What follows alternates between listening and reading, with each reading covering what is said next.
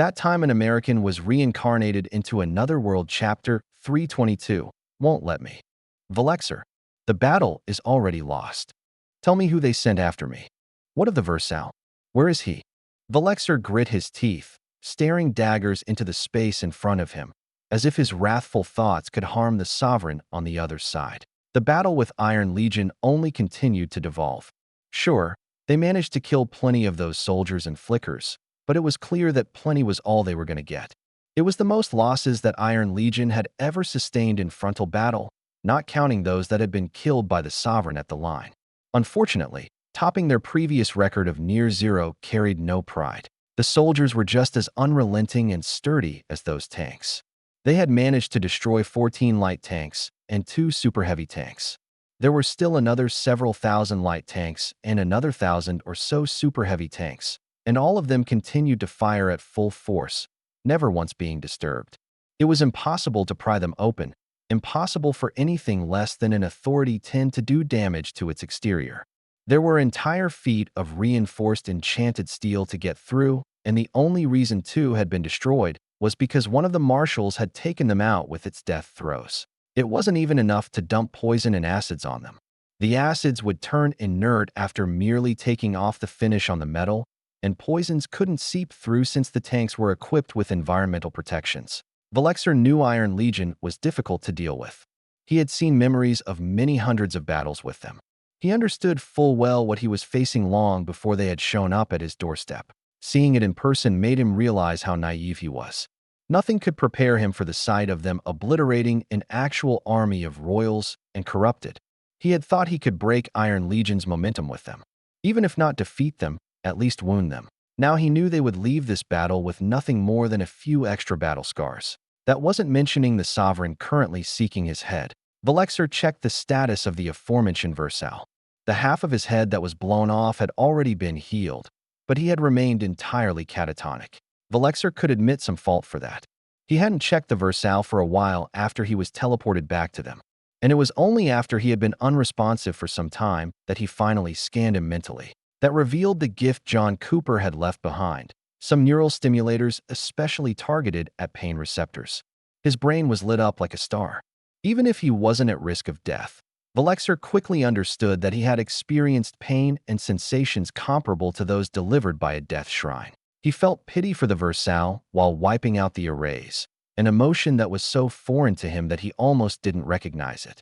Nevertheless, it faded as quickly as it came. It served that Versal right, being as arrogant as he was despite being from another world. Perhaps it was poetic that it was another Versal who did that to him. The Versal is fine. So tell me which sovereign is hunting me. We believe it's one of the paladins. John Cooper likely got help, so long as your worries are actually founded and not just misplaced paranoia. To call it misplaced paranoia is to believe John Cooper is less intelligent than our fodder monsters. Not even they would willingly enter a battle without at least comparable odds. Well, if you're so concerned about there being another sovereign, then leave your filthy fucking chambers and go find out. Hurry up and get the teleporter functional so the Versal can leave. Don't drag the battle on so long that they manage to learn things they shouldn't. With those words, the communication line cut, Velexer radiating such violent psycha that some organic processor nodes outright exploded nearby. He checked the progress on the teleporter. It was almost ready, not yet sabotaged, and would likely be able to get at least one load sent off before it was detected and destroyed. Unfortunately, he wouldn't be on it. Another reason why he crushed any possible pity he felt for the Versal experiencing the worst pain an organic body could feel. That arrogant prick would get to leave, and he wouldn't. He quickly redoubled his efforts, scanning through every inch of space around the Nexus to find that sovereign. He also let out massive pulses of mana, driving some of the defensive enchantments once more. Although he couldn't step out directly, putting more pressure on Iron Legion through the constructs around the Nexus was indeed possible. After all, he was a sovereign of mana first and foremost, not psychic despite it being an expertise of his. So long as he didn't allow the enchantments to trace back to him, he would be safe. Unfortunately, a sudden translucent blade of vigor disagreed. Velexer raised every possible defensive barrier around himself, and before he knew it, everything exploded into severing lacerations of raw, cataclysmic power. He's making his move. Amara shouted through the tachnet as the Nexus exploded with a dozen blades of vigor, slicing the city into multiple pieces as if it were one large hole.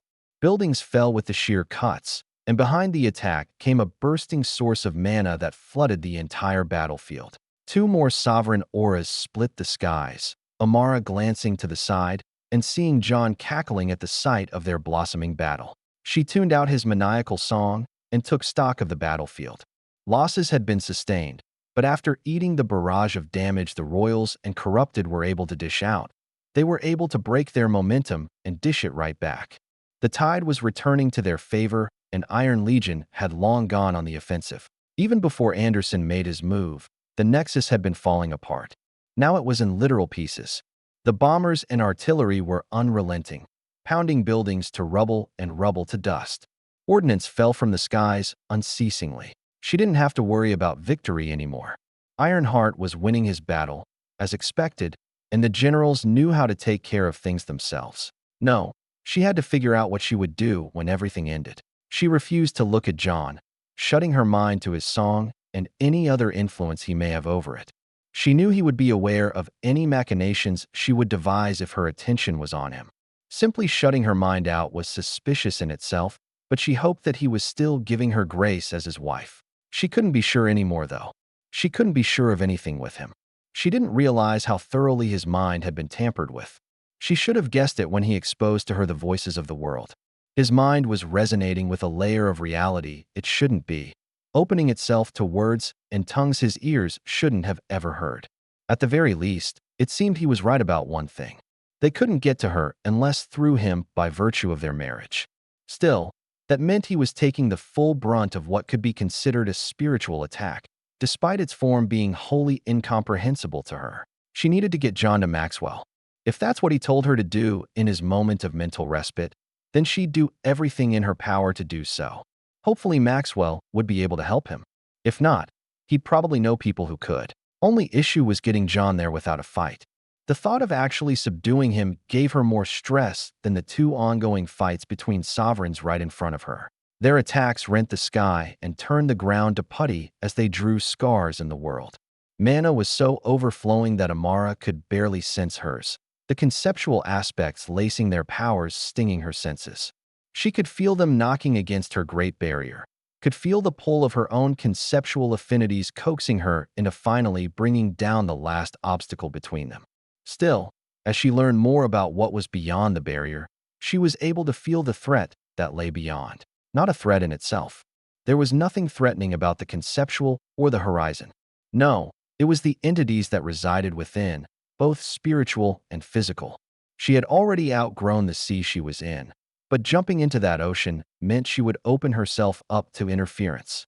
She would instantly go from being an inconsequential ant to a genuine threat to those that mattered, and she couldn't handle that at the moment. Yet John had already opened himself to everything that she was avoiding. Somehow bypassing the protections of the Great Barrier, he tapped into the spiritual layer of the universe and listened to the sounds of power being spoken by beings they had no right communicating with. It affected him in ways he couldn't understand and changed him without him realizing. In a way, it made him significantly more powerful. But that just made what she had to do all the more difficult. The battles raging around her seemed to fade from attention, even if she continued to participate. She killed anything that came near while doing her best to conserve energy.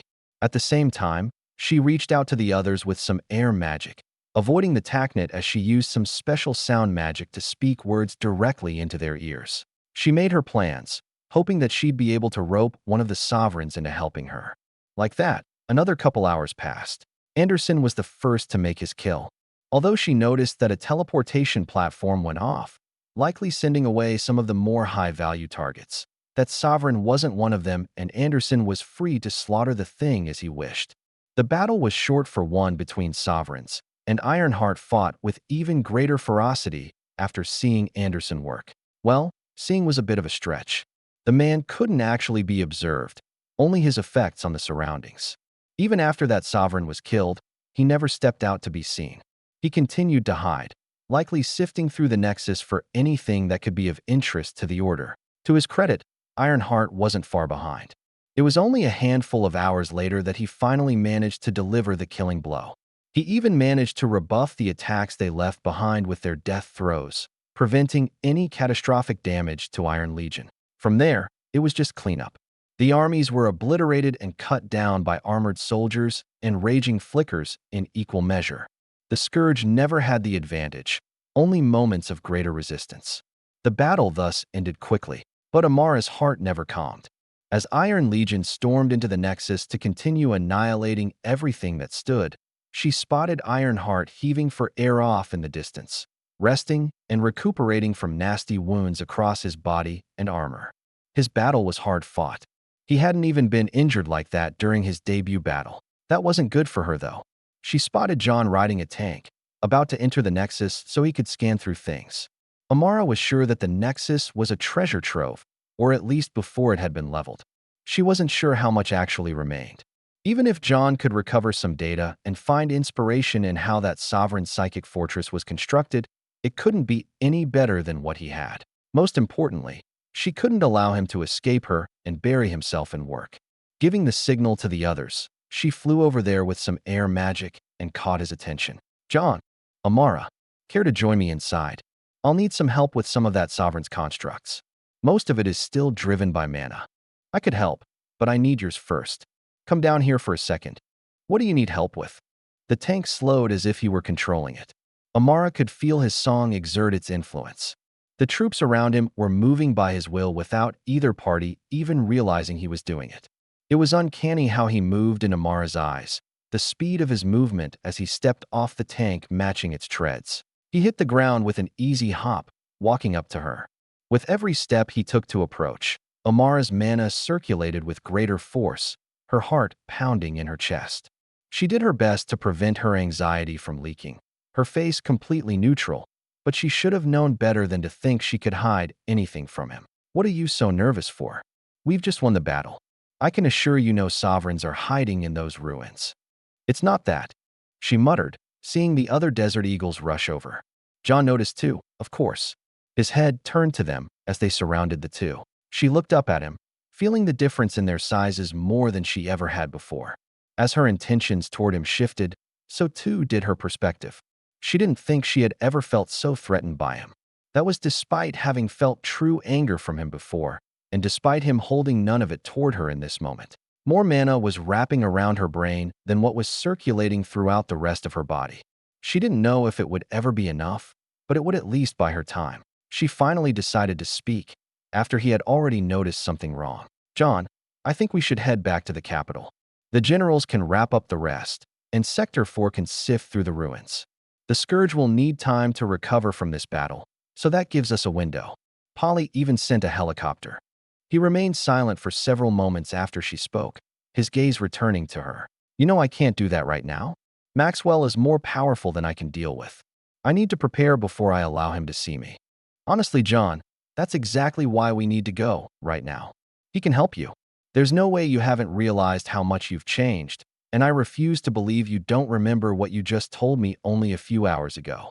He didn't respond, his head turning imperceptibly as Marshal Belund arrived. That's when Amara noticed how quiet it was. No bombs were dropping. Artillery had stopped. There was no shooting or fighting, not even rolling treads. Amara glanced to the side and noticed all of the tanks stationary, all of their troops facing them. It sent chills across her neck, her eyes finding John, still quiet. "John, please. I'm your wife, and I'm trying to help you. If there was ever a moment you needed to trust me, it's now. Come back with me to the capital so we can see Maxwell." "I'm sorry, Amara. I'm afraid I can't do that right now. I might be pleading, but that doesn't mean I'm asking. You're coming with me to the capital. The only question here is whether we're going to be cordial about this." He hummed, and suddenly, Amara felt his song retract. He went completely silent, not a drop of psyche flowing off of him. His eyes met hers, and she noticed some arrays flickering in his pupils, dense with runes and sigils she couldn't understand, until a helmet appeared on his head, making her body tense up. It was at that moment that John's body twisted, his hand grabbing the tip of a spear headed for his abdomen. It stopped dead in its tracks, causing Fiden's eyes to widen. "Still too predictable, pretty boy. Fuck, let's do it then," he shouted and ripped his spear back out of John's grip. At the same time, Blackblood jumped in with a cackle. We finally get to do it. Amara, it's a fight. Amara heard Tannis shout. She and John glancing at each other one more time before she brought up her barrier. Fine. It's a fight. Our first as husband and wife. John chuckled while twisting his body. His legs spun around like a whip, slamming into Blackblood and sending him flying. Before he could soar into the distance, though, a massive dome of ice was suddenly conjured around them. It surrounded their area of battle, blocking out every tank and soldier in the area. Amara silently thanked Marshal Bulund. He was capable of seeing what was wrong as well, and thankfully decided to help her, if only indirectly. She couldn't blame him for not being comfortable with taking down John directly, especially in front of the Legion. As Blackblood hit the dome of ice, John spun Totenstall around. Finger on the trigger, his sights trained on him. But then, nothing happened. Not a bullet was fired, and he cursed. Stupid. They're fighting me, and yet you won't let me shoot them. He sent Totenstall away after the weapon refused to fire, bringing out another. A model of shotgun she didn't recognize aside from how high-tech it looked. He dodged an attack from Tana before placing the barrel against her back. She barely managed to twist a bit when it fired. An entire chunk of her armor was blown off with the blast, leaving behind a wound that made her scream as it festered with psychic power. Frozen in pain, he punted her away and reached out a hand, Blackblood flying back in. As if he were delivering his axe to him, Blackblood's weapon was gripped by John's metal hand. He received his metal boot next, Blackblood forced to release the axe as he went flying once more. That's when Arya dove in. Conflict all over her face as John swung his new axe down, clashing with hers. Stay out of this, girl. You can't handle my attacks like they can. Let's see if you're really able to kill me. Arya unleashed a flurry of vigor and chops, and Amara joined her as soon as she found an opening. Multiple complex spells of water and spatial magic were woven together to form a flowing distribution of disruptive energy. She couldn't use her normal methods of attack. They were far too lethal, and she wasn't trying to kill her husband outright. Nevertheless, getting him out of that armor first was their objective, and she needed to do enough damage to it to accomplish that. She launched her attack at him, the bundle of energy snaking around his body and corroding his armor with micro-fissures and twisting space. Some of his armor outright disintegrated, but as she quickly found out, it was packed with so much psyche that even that attack of hers was fast to fizzle out. Pontek jumped in right as she started preparing another. Building off of Arya's attacks, he added in his own element of misdirection, bringing down his sword from multiple angles, anything to land a hit and catch John off guard. It was a feat proven impossible when John used it against him. Releasing a clone, John raised 2 shotgun barrels and placed both of them against Pontek and Arya's heads, forcing both to dodge. None of them realized that both Johns were clones, and as they dodged, the actual John appeared above Arya. He swung down atop her with both fists, slamming her into the ground before grabbing her neck. With his metal hands, he ripped her helmet off her head and delivered a punch straight into her temple. The clash of psyche and vigor that they both released created a shockwave that made John's fist recoil. Seeing that, he simply brought his fist down again, and again, and again, completely ignoring Amara's spells. He punched Arya in quick succession until Kata suddenly dove at him. He reacted by throwing Arya to the floor and spinning around to meet the crazy woman head-on. Kata had a wide smile as she threw her own punch, John meeting it with his fist, the two crashing against each other. It was clear John won by the way Kata was blown back, but with a laugh, she simply brought out an injector and stuck it into her neck. The effect was immediate as her body was flooded with vigor and psyche. She dove back in, and Pontek joined her. One swung her fists, the other tossed aside his tricks, and simply moved his sword as fast as possible. John weaved through all of their attacks like a choreographed dance, delivering his own blows with uncanny speed that should have been impossible for a summoner. Even when Phaidon joined in, using spatial folding to his advantage, John seemed to be clairvoyant. He used their habits, their little idiosyncrasies, and everything he knew about their relationship with him against them.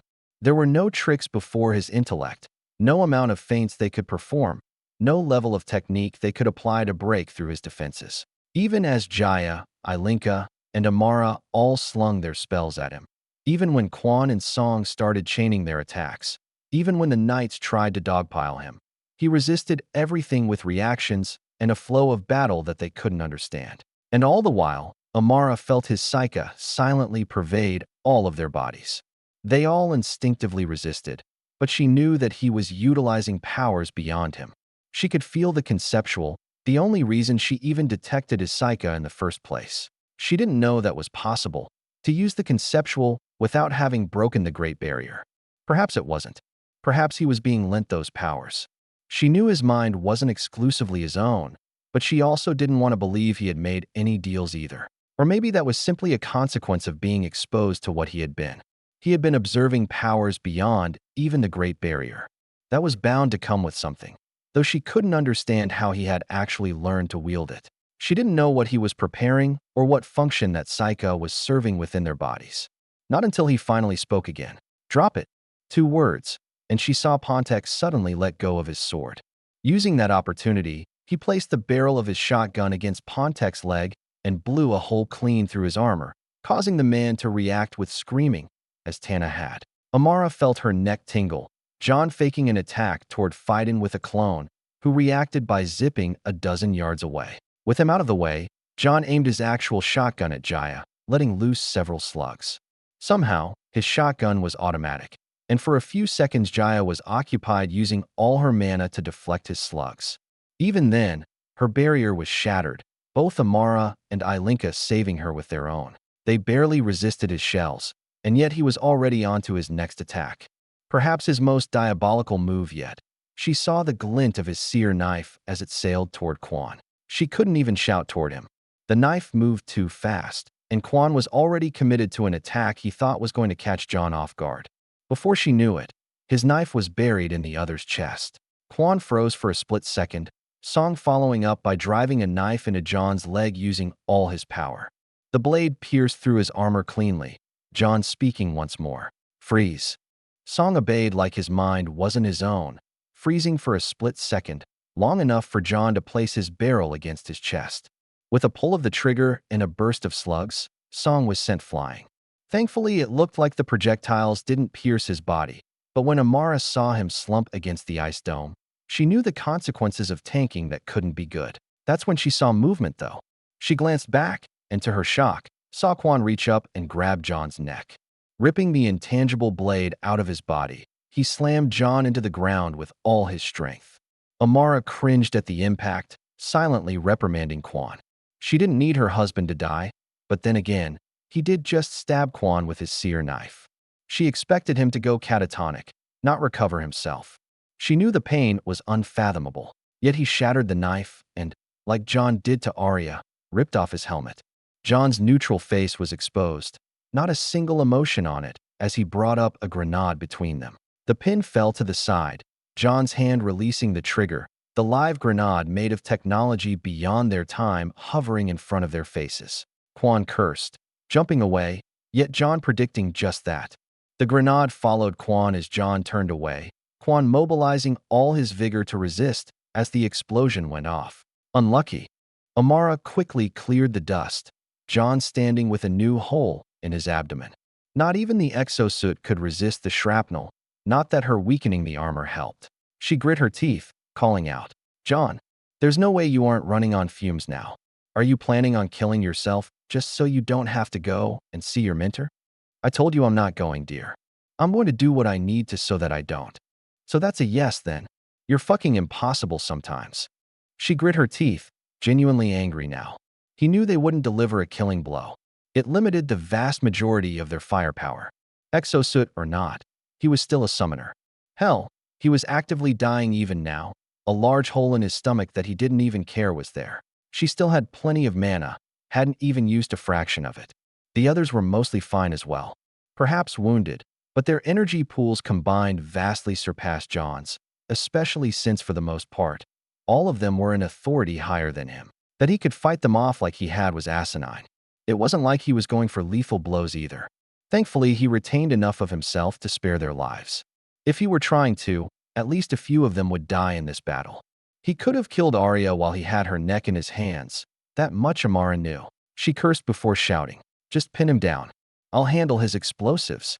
Fightin was right at John's throat with her words. If they had to brute force through his protections, Then Phaidon was prepared to do just that. He drove his fist into John's chest with all the power he could muster. John couldn't completely dodge in time, eating most of the force and having no choice but to reinforce his crumbling exosuit with Psyche. It was weaker than before. His reserves were dwindling.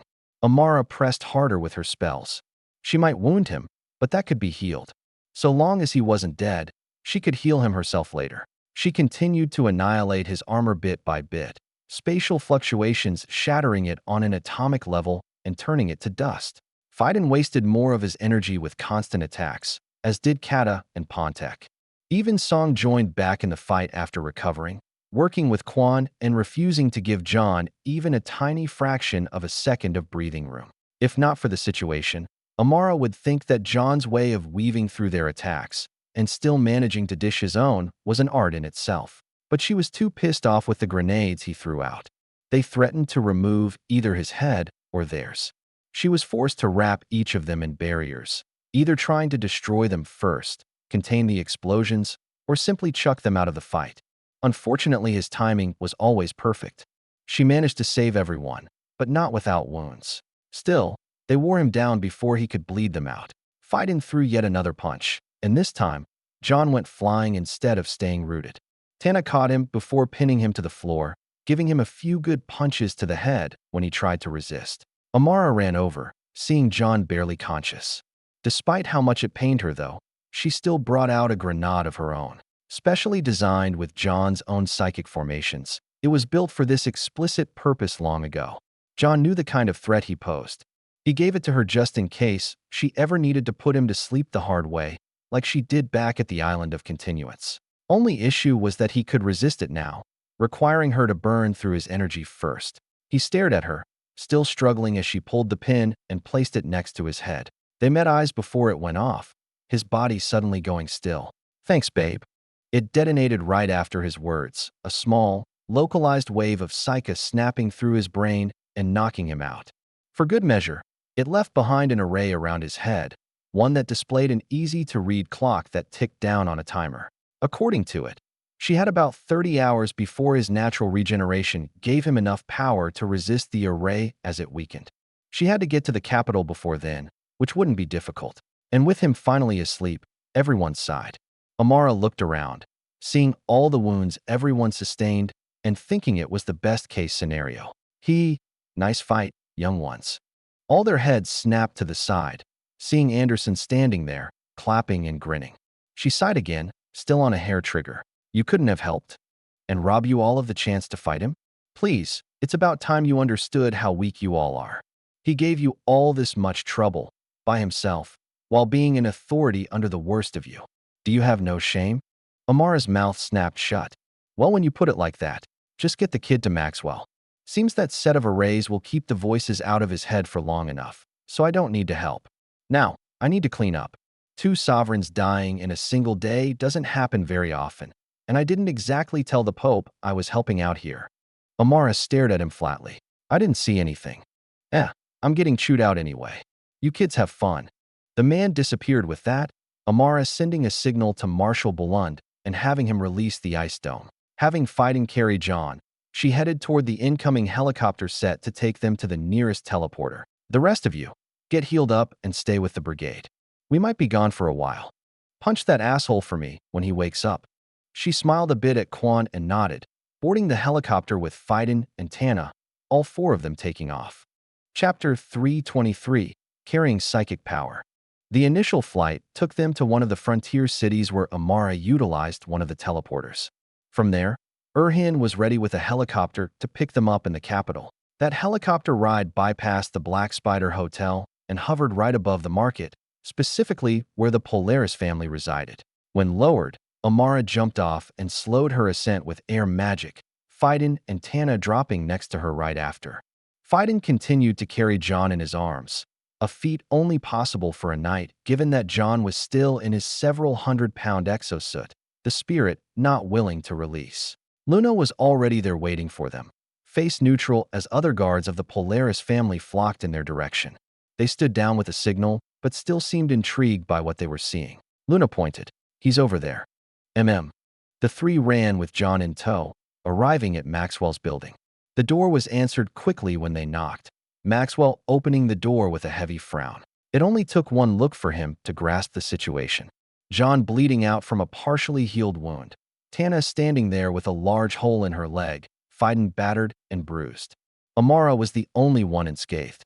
John hadn't sent a single attack toward her that entire fight. What in the unholy hells have you done? Maxwell groaned, his words rhetorical as he waved them in. Luna was behind them, all of them disappearing behind closed doors. Throw him on that table. Maxwell pointed to his dinner table, fighting dropping John on top of it. The exosuit slammed against the reinforced wood, Luna peering over at it. So that's his suit, huh? I can't imagine what purposes all those components serve. Technology that's beyond us. Maxwell, he said he needed your help. Amara got straight into the issue, but it seems like the man was a step ahead of her. Stupid summoners. No shit, he needs my help. Stupid damn child got tangled with the waters. His brain is a fucking beacon for the demons and gods. Let me guess. He went and communed with one. Maxwell eyed her while preparing a formation, her small nod making him curse. Damn it all. How long ago? About half a year ago. Of fucking course. Because why wouldn't he be stupid enough to go and reach beyond the bounds of this world himself? Maxwell continued to curse while striding to his library, directly drawing out one of the books before snatching a few white crystals from his spatial storage. He placed them on the table around John before flipping open the book and releasing his psyche. Amara's eyes tingled at the sight of it, a solemn gaze directed at the horribly dense energy. Far more powerful than John's. She only now realized why John had said Maxwell was more powerful than him. She figured it was just meant in terms of experience. Both of them knew that Maxwell was a shadow of his former self. They weren't sure of the details, but even John had talked about how weakened Maxwell was. With John publicly being the world's most powerful summoner, they figured even Maxwell couldn't have been too amazing in his prime. But now, Amara was rejecting the idea. She didn't know why Maxwell was in his current situation, but just based on the psychic prowess he was showing off, the man was on a different realm compared to even John right now. His tangible tendrils of psyche slowly formed into an eye-watering array that covered John's body. Unlike normal formations, though, this one was active. Even when Maxwell completed it, the runes, connections, and layers shifted with life and intention, morphing over John's body and forming a cocoon. As soon as it sealed, an explosion of light and darkness snapped over the formation. Amara recoiled as she saw dark hands and parasitic teeth manifest over the cocoon, tearing away at it, screaming in rage as they burrowed and clawed their way to John's body. Luna, if you can, Maxwell asked meekly, earning a glance from the woman before she brought out a glass vial of water. It was blessed water, Amara realized, and Luna uncapped it before pouring some over the cocoon. Those evil spirits let out their heart-rending throes as they were purified, Luna muttering some prayers in another language as they vanished. Once they were gone, she stowed the bottle and backed away, Maxwell sighing. With a wave, the cocoon faded away. All right, he's fine for now. He will need time to recover and regain himself, and I will need to personally watch him, especially when that barrier over his head wears off. That can be done at your estate. It will certainly be more comfortable than this tiny place. All right, I'll notify the butler. And I'll pack. Maxwell walked off while Amara sent a message to Urhan. She also finished healing John, Fiden, and Tana, sealing their wounds and repairing whatever damage had been done. Luna decided to tag along as they left. Amara certainly understood why, since she had been there when John had been visited by the great beyond. Another hour later, they were landing on the estate's backyard helipad. Fiden carried John into a guest bedroom prepared in advance for him, now including a host of medical and psychic devices from Wonderland. Those devices isolated the room with all manner of programmable magic and auric concealment systems, including some barriers that did the opposite of what the beacons did. It blocked communications from every known medium, whether magical or not. John had told Amara about a Faraday cage that he had built into every room in the house that could be activated whenever necessary. Apparently that was on as well, and funnily enough, Amara felt like she could sense the difference. The room felt like a void, which was perfect for John at the moment. When he was settled in and Maxwell did one more check, the others left to recover while Amara stayed with the old man in the room. They were both quiet for a while, Amara sitting beside the bed, Maxwell in his own plush chair at the foot. The one that spoke to him half a year ago. Did it have a name? He broke the silence with a question that Amara had heard before. Luna and Anderson asked the same thing. John never gave one. I figured she knew, and if she knows, then Anderson does. You called them for help. It was the only thing I could think of at the time. Well, it was probably the best choice you could have made. Now, if you can, explain to me how that stupid boy managed to open his ears to the voices of the entities above. Amara sighed and recounted what she knew. She couldn't give him much information about the technology. It didn't matter how much John explained it to her. She couldn't grasp anything outside of the conceptual explanations of it. But that seemed to be enough for Maxwell, who looked more weary with every sentence she spoke. Of course, I didn't think he'd go so far. I guess that was my fault for thinking he was ignorant. I had been hoping to keep the topic from him until he was pushing toward Authority 10. A lot of people seem to think that keeping the details from us will keep us safer for longer, but given everything that's happened, I wholly disagree. I'm not blaming you, but why couldn't you just tell him about these things so he could learn how to guard against them? From what I know, he's had knowledge of these so-called waters and lesser gods the entire time. We don't say anything because ignorance is the better option. That only holds true up until the point that someone is ready to breach the Great Barrier. But that in itself implies that those below it can't handle it. I'm sure you've heard that entire armies can fall to battles of the mind and spirit. Well, that usually happens when enough people get exposed to things they shouldn't be. They can't handle it. They aren't powerful enough to learn to handle it, and they lose themselves. If not to madness, then to corruption. If stories of such aren't enough for you, then just look at your husband. Amara didn't need to glance at John to get what he was saying. The truth was before her. John had only been getting closer to losing himself. He wasn't ever going to become corrupted, but she had clearly seen the signs of madness. He knew that Maxwell had the solution to his problem, and he fought all of them off in an attempt to avoid being treated. He spent all of his energy and would have killed himself if she hadn't stopped it. Perhaps it was only his last remaining slivers of sanity and discipline that kept him from placing a pistol against his head and ending it there. She would have been able to do nothing to stop it. Maxwell put her following thoughts into words. It's a testament to his genius and willpower that he was able to handle it for so long. Only the most devout of the church, such as those who lock themselves in a chamber and pray until they die of thirst and starvation, would be capable of resisting the voices as well as he had. But even they fall, and given more time, John would have been no exception. I know you all are in an active campaign across the northern regions, so it's lucky that you had the mind to bring him to me. I'm curious, though. What made you do it? Amara pondered for a second. Sure, John had told her to do so in a brief moment of clarity, but ultimately, it had been Nanan. She wasn't sure what had possessed her to say the things she did, but it had worked. Whether it was Nanan's spirit or John's guardian angel didn't matter. It had given him the window he needed to tell her what to do. That she had even considered only bringing him after he had sifted through the ruins of the Nexus made her feel beyond stupid. She was glad she decided to bring him in immediately. An already dire situation could have been far worse. She explained these things to Maxwell, making him subtly nod. I see. A lucky boy to have such good friends. Both of them went silent, memories resurfacing in their minds. After almost a minute, Amara asked, So what happens now?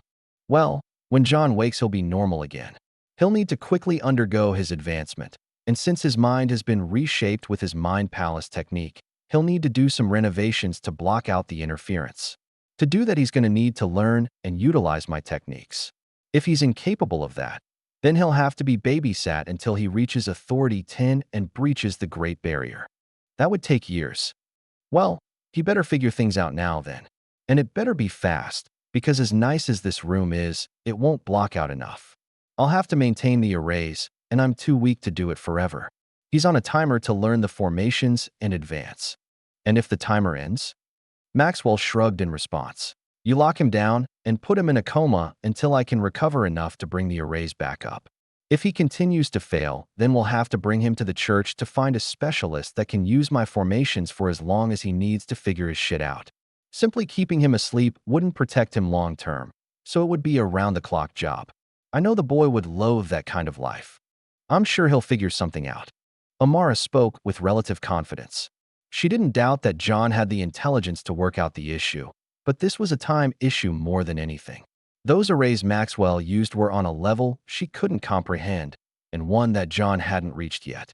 They were obviously a more advanced form than the ones he had been taught, but then again, John had reverse-engineered and redeveloped program magic for himself, something entirely different from what even Maxwell used. Only John would be able to give them the answers to their worries, so it was just a matter of waiting until he finally woke up.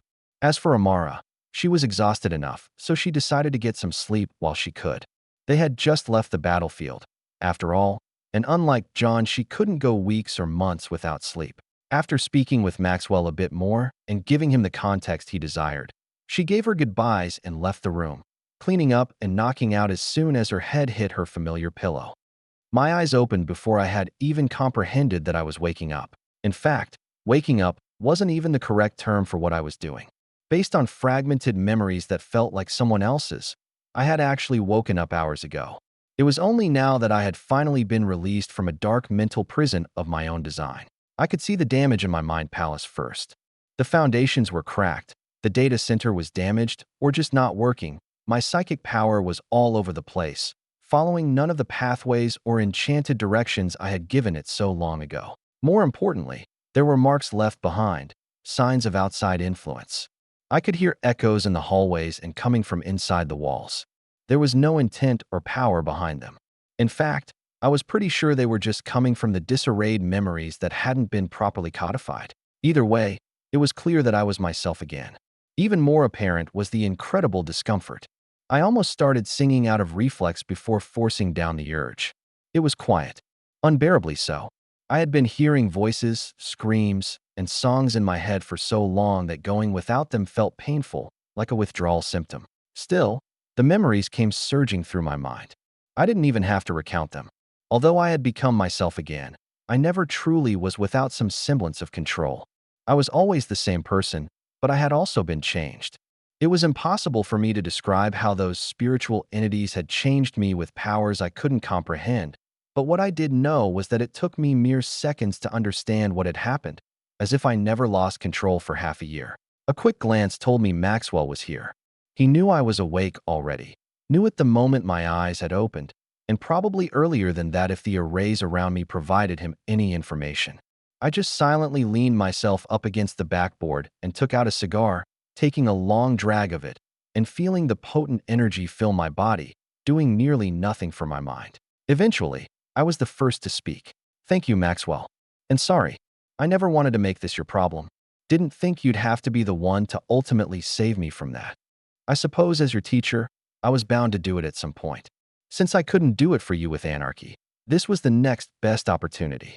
A student's gotta owe their teacher. You still have yet to pay me for inspiring you with my rail designs. You mean your increased quality of life didn't automatically make us even? I don't care how much you improve the state of the world. I only accept direct forms of payment. I didn't get as rich as I did by being paid in thanks and pats on the back, and on top of that, your trains did a noticeable amount of damage to my revenue stream. I expect compensation. I've got a lifestyle to maintain." I chuckled in agreement, taking another deep breath and releasing a cloud of smoke. After a bit of silence, Maxwell chimed, "Send one of those my way, boy." "You smoke?" "Used to." The wife introduced me to it after my body started to crystallize. There were few other things that helped distract from the pain, so I took to it. I hummed, cutting another cigar before lighting it and flicking it to him. He caught it with 2 fingers, smoothly bringing it to his lips to take a long smoke. He relaxed a bit more, if only on old reflex. That's when I asked, "So your wife? Tracy Corpella. You mean Dash?" "Yes, the one who made the crowns." "So then your son, Valdemar Corpella. When I was branded a heretic, he changed his surname to my wife's maiden name. The church's most renowned general and his peerage couldn't retain the heretical Alberain name." I slowly nodded my head, a few more things making sense. Not only was Maxwell a lot older than I initially realized, but my memories flashed back to my wedding. I noticed Maxwell remaining hidden during most of it. I initially thought that he was just avoiding the sovereigns like Anderson and Halolite. I just didn't realize that Valdemar was on that list as well, and the main culprit. I could imagine that the son wasn't too fond of his father for doing whatever he did to get branded a heretic. But that also meant that my connection to Maxwell was problematic as well. If Valdemar knew that I was his protege, relations would strain. I didn't believe the man was so unreasonable as to deny all forms of cooperation, but he'd certainly be more resistant to it. I was the heretic's apprentice. That wasn't an attractive title to have. I puffed more smoke before sighing. All right. Although I enjoy a bit of context, I can sense that you're on a timer with those arrays. I'd prefer to speak about those. Won't get any disagreements from me. The faster I can ease up, the better. But are you capable of listening as well as you need to right now? I'm fine. Besides the silence making me want to shoot myself in the head, I'm actually doing better than ever.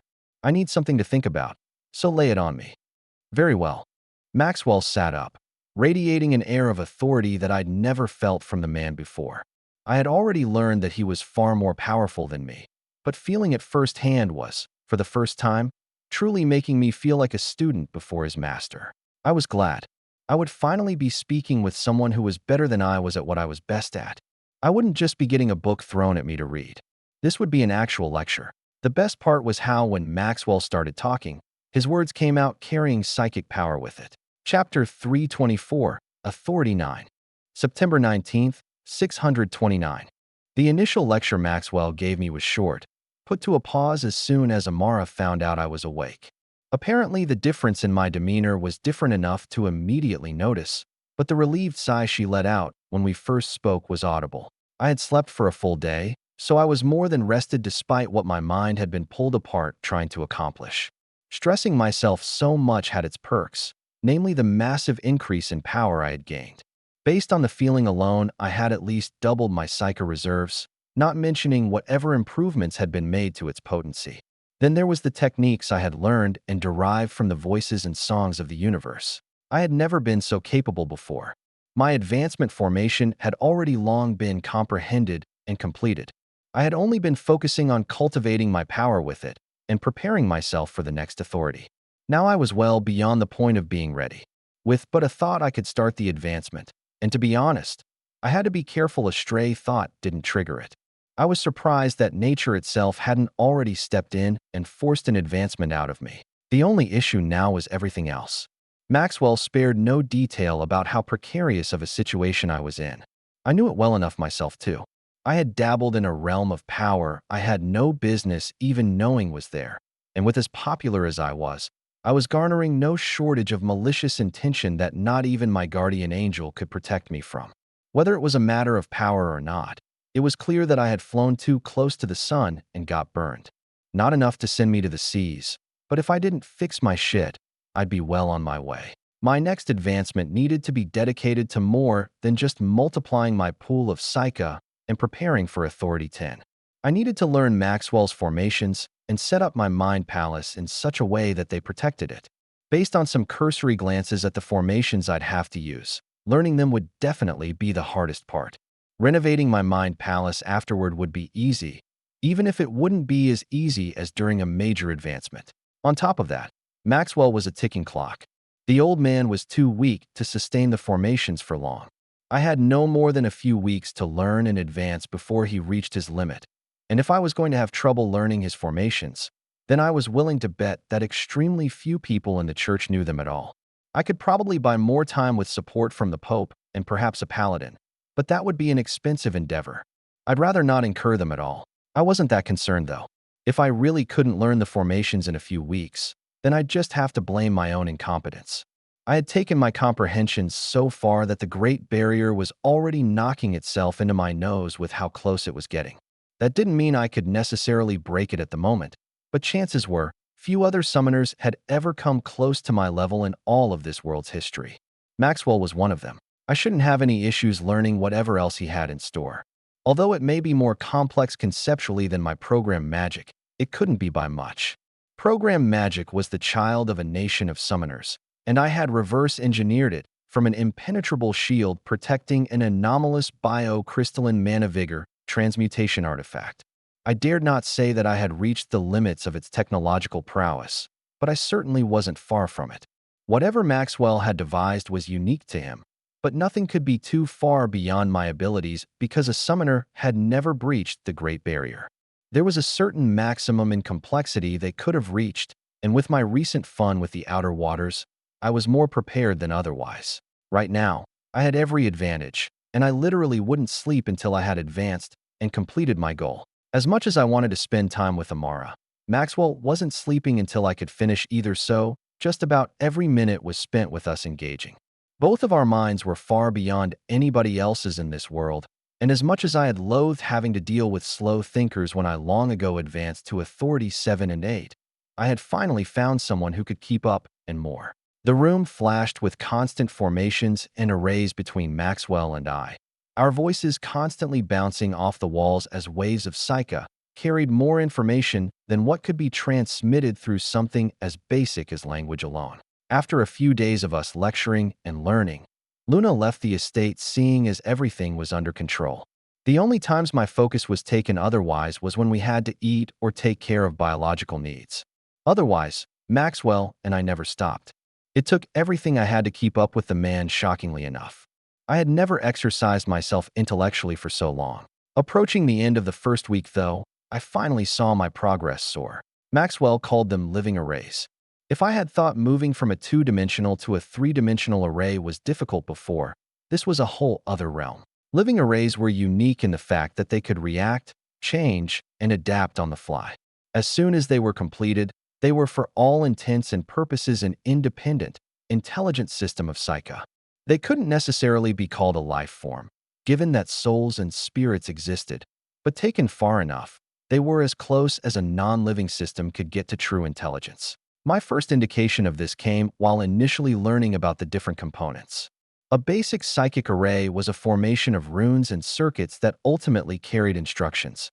Like every other spell for a warlock, they were meant to warp psyche to a person's will and carry out their coded purpose. My program magic took that to the extreme. The basic arrays merely spit out the results of their instructions, like a spell launching an elemental arrow. On the other hand, my magic's most prominent feature could be considered its self-perpetuating nature outside of its complexity. This perpetual programming could overwhelm even the most powerful psychic arrays through sheer processing power, using the power of a target against itself. The only downside was the fact that in the end, it was still programming. My program magic couldn't change and adapt like Maxwell's living arrays could, but his living arrays also didn't have the same perpetuity that program magic did. They didn't have too many similarities in theory, but in practice both of them were still psychic systems of spellforming. After getting past the initial hurdle of understanding a living array's basic components, my mind worked overtime to compile and understand. It was to Maxwell's immense chagrin that I could learn it so fast despite the mutual desire to take the burden off of him. Nevertheless, when we approached our second week of study, I finally found myself crossing our major milestone. Just deploy the damned formation, boy. I'm trying to focus. You're wasting my energy. I'm making just as much progress, so you're getting the same value out of your energy as you have been for the last 2 weeks. We both know you figured out how to deploy the formation 6 hours ago, so stop trying to make it better and just do it. I have no idea what you're talking about. Maxwell groaned as I continued to splice magics, the air in front of me filled with thousands of morphing structures. I hadn't started trying to make his formations better 6 hours ago. I had been doing so since we first started. Merging his living arrays with my program magic was bound to produce incredible results. It would completely change the way I did things, as evidenced by the fact that with every step forward I had taken, I had constantly brushed against the Great Barrier. Living arrays were Maxwell's magnum opus, the system of psychic formations that allowed him to create those to touch upon the outer waters. It was of natural course that I come so much closer to the barrier and the ability to break it. Now I needed to merge the two into one cohesive system. That goal itself was almost complete. There was just one thing I needed to do. I took Maxwell's spell formation he cast over me, the same one that protected me against interference from the outer waters. It was not just a physical and magical protection, but a spiritual one.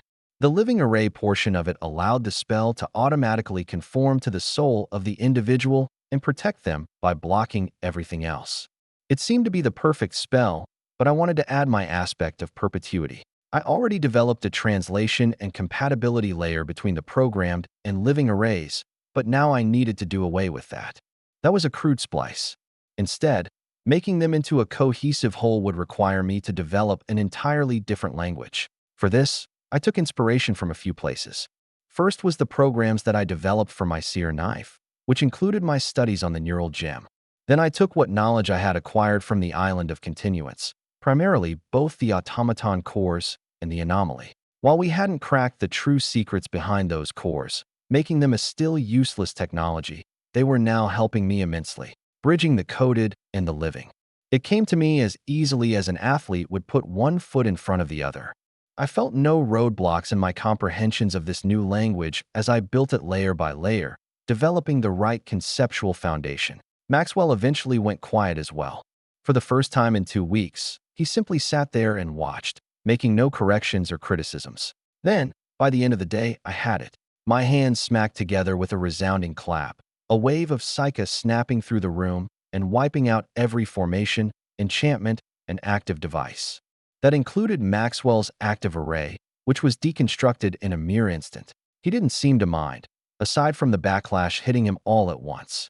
As I felt his mind reel from the deactivation and sudden stop to his expenditure, my body once again came under attack from influences beyond the world. They wanted to burrow into my skin, parasites that would destroy my body, brain, mind, and ultimately my soul. They attacked on all levels. Just because they were metaphysical didn't mean they couldn't have very real physical effects. I glanced around, seeing and hearing the voices of the world echoing around my estate and through the entirety of the wedded city. My mind, not yet recovered from the withdrawal of the symphony, flooded with the pleasure of knowledge and awareness once more.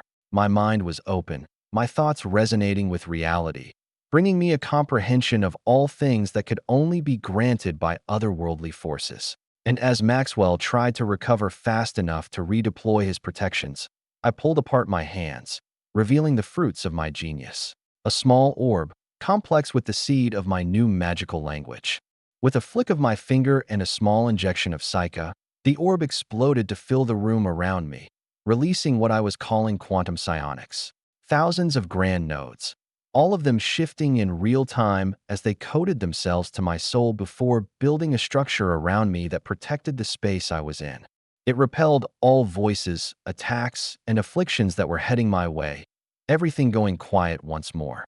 I smiled in satisfaction while glancing at Maxwell, his face contorted into a frown. Don't scare me like that. For a moment, I thought you wouldn't protect yourself. Who do you think I am? I'd never bit off more than I could chew. I was just getting one last feel. I'm not going to dignify that ridiculous statement with a response. Now, time to focus on your advancement.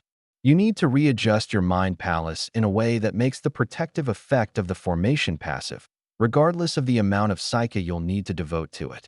Do you need any help from me to do that? I shouldn't. What I just did improved the formation significantly. It costs less and is far more effective since it's resistant to direct magical interference as well, not to mention the fact that I could apply it as an enchantment now. I could send these to Wonderland and have them pump out a whole suite of devices and augments for gear. I'm not interested in having you steal my techniques again. It's not stealing if I turned it into something else. The language I'm using technically isn't even a living array anymore. I'll still wait though. In the meantime, I want some history. Maxwell groaned under my eager gaze. Perhaps more important than the formations themselves was what exactly the man had done to warrant their need. I already had my ideas, but I wanted to hear it from the source directly. Eventually, the man deflated, looking a decade older. Advance first, then we'll talk. I need a day to rest anyway. I can already feel a few of my nerves coming down from the effects of crystallization. Oh, all right then. Well, if you need a day, then I'll take one to rest as well. I've been neglecting my wife too much anyway. I want some time with her. The two of us stood from where we sat with those words, leaving the room and catching attention as Amara and Erhan noticed. Setting Maxwell up with his own bedroom, I let the old man rest and get some sleep while spending the rest of my time with Amara. As casual as she wanted to be about it, I could tell she had been worried sick, so seeing my success eased her of a massive burden. A date and several hours of fleshy fun later, I had my sleep and woke up to focus on my next list of goals. All right, old man, let's get this done with so I can completely rebuild every spell formation I've ever conceived of and render them unusable to anyone but yourself. No need to make me more excited. I responded to Maxwell while laying on a special medical bench of my design, custom-made and armed with enchantments laid down by Amara. Maxwell turned his gaze, not wishing to look upon my marvelous half-naked body, even if I was still wearing shorts. While I had theories on the topic that could make temperings an actual technique, rendering them several times more potent than before, that would require me to acquire knowledge on invocations. At that point, I would just get myself some. Unfortunately, I couldn't put off this advancement no matter how much power I was potentially losing out on. It simply wasn't worth my time, which was becoming potentially one of the most valuable resources in this world. The sooner I could advance, the sooner I could move on to everything else, especially when considering what this advancement would do to me. After spending that day with Amara and making up for any lost romance my other self had failed to give, I had taken another 2 to prepare for the advancement. I already devised the formations I'd use during the advancement itself, and the rest of the time spent had been working with Amara to develop the very bench I was laying on. I smiled a bit while she armed all of the containers for white crystals. There were several Authority 11 crystals, each the size of a basketball and worth a large fortune each. In fact, a couple were only being lent to me by Ironheart. Amara glanced at me with anticipation, excited as I was to see the results of our work. Ready, as I'll ever be, I answered back to her, feeling her arm the enchantments. Magicka flooded the area right after she did, the sheer amount stinging my skin as it turned tangible, looking like a clear fluid as it flowed within the confines that the enchantment established. Seconds later, I felt my stomach churn in a way that made my body convulse, attempting to vomit and failing as a result of nothing being in my stomach. I had fasted since devising my initial ideas, expecting this days ago. After the area had become so dense that my advancement initiated by itself, the devices within the bed activated, causing changes in my body. The enchantments laid down by Amara were serving the special purpose of resonating the Magicka with every part of my body. By doing so, the Magicka, as well as some healing magic from Amara, would force the surrounding power to meld with my body and align my flesh with not just my genetic code, but its most perfect version. Whether it was through external environmental factors or not, plenty of things caused the human body to get all messy. The food that was eaten, the subtle poisons that was ingested, the small or large wounds and ailments they sustained. Plenty of things caused the body to compensate and fall short of its maximum potential. Of course, the body was designed to handle just that as well. It was adaptable, built to fight and survive anything that came its way no matter how chronic or acute the effects. That's why most medical techniques on Earth, as well as most healing magic on this world, involved simply enabling the body to do its own thing, whether that was preventing it from dying before it could heal or giving it the room it needed to build its resistances stronger. That didn't mean it was resistant to everything, however. In fact, it was just as vulnerable to the one thing that managed to be every other thing's greatest weakness: resonance. Amara had developed her most potent healing spells by taking that concept even further after studying and conquering the Violet Madness. Now, she was using that and the dense Magicka around me to refine my body. Basically, she was casting one of the most powerful healing spells to exist, falling barely short of what a sovereign was capable of. Every bit of magic was stirred as Amara's formations bloomed to life around me. They carried through the resonance, matching my body with my DNA. If the match was good, it would do nothing but pump me full of vigor and mana. If the match was bad, however, it would seek to resolve it. The result? A bit dirtier than most would want to be described. There was a lot of blood and partially failing organs, though. The magic was basically rejecting any part of my body that didn't match my most perfect biological form, no matter how close it was. I had guessed it would need to be done beforehand, but it wasn't long before Amara started cutting me open, allowing the foreign material to be rejected and ejected, the perfect material swiftly being regrown and replacing it. Thankfully for me, I wasn't conscious enough to care about what was happening to my body. I may have gotten a few seconds of agonizing pain, but by this point I was used to it. Instead, I was taken into my mind palace, gazing down upon the ruined structure with a faint sense of displeasure. Can't believe I let myself do that. I was under no impression that I hadn't fucked up. Every last bit of what happened was my fault, even if only for the fact that I hadn't notified the necessary people about what was happening while I still had the self-awareness. It was my own hubris, no matter how beneficial it was. It made me painfully aware of the more subtle ways of the universe, including its supernatural side. Even now, resisting the voices of reality was impossible without Maxwell's formations. Like I had confirmed in my brief moment of exposure, the symphony would come back in full force if I let it. And as much as it allowed me to affect the flow of the universe, the same became true for everything that sought to affect me maliciously. It was a double-edged sword, a two-way street, an open doorway, and I had engaged without the ability to resist. I was lucky to be protected and cared for like I was. But if I wanted any chance at eventually bringing down a king, then that could never happen again. So I quickly got to work. While my soul and mind were in a vulnerable state, I completely restructured. I repaired and reinforced the foundations of my fortress, bringing every weapon from autocannons to missile launchers back to service before moving in and fixing up the internals. I extracted and contained every last trace of external influence before planting down enchantments across my structure specifically built to combat them if they ever came back in the future. Doing so was easy. What was coming after was not so. I moved to my fabrication facility, noticing it in disarray. Totenstall sat upon its own workbench, surrounded by various types of bullets and feed belts. It was in this place that I was able to adapt my summons to my needs on the fly, even if the ability was still fairly limited. Spirits were spirits, and changing them involved changing semi-living things. While I could mix and match spirits, changing them completely was still fairly beyond my ability. If it was even technically possible, I still didn't know enough about them, even though I was sure that such knowledge would be revealed when I broke beyond the Great Barrier. For now, I decided to compress everything. The fabrication facility split in two, one side being repaired and kept generally the same, the other side completely breaking down.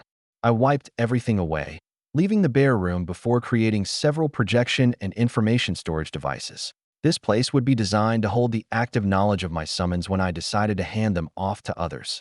While I had a perfect memory, it was still easier for me mentally to have a dedicated area for the task, making it a place that I could engage with one of my sparks while disengaging from when I wasn't using it the majority of the time. After finishing that and giving it a direct line, I moved to my data center where the sparks resided in two sectors. Those were damaged too, not that it did too much to affect my memory or processing capacity. They made my thoughts muddled, but the damage was mostly representative of the places the voices had used to interfere with my mind. First, I cleaned up my first sector. Used for my perfect memory, I went through all of the racks filled to the brim with tens of thousands of data crystals, as well as each of the optical reader devices attached to them, bringing them back to spec and making sure each of the fiber optic cables were attached to the spark. I covered the data crystals and their reader devices with some of my new quantum psionics. These enchantments weren't meant to block out the voices, though. Instead, they were meant to detect and filter the voices from my memories.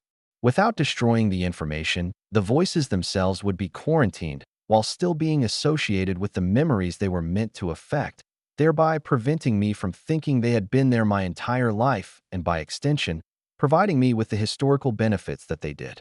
After applying them, I moved to the other spark, the one dedicated to augmenting my processing power. Acting as a submind, it was responsible for sheer intellectual operating ability.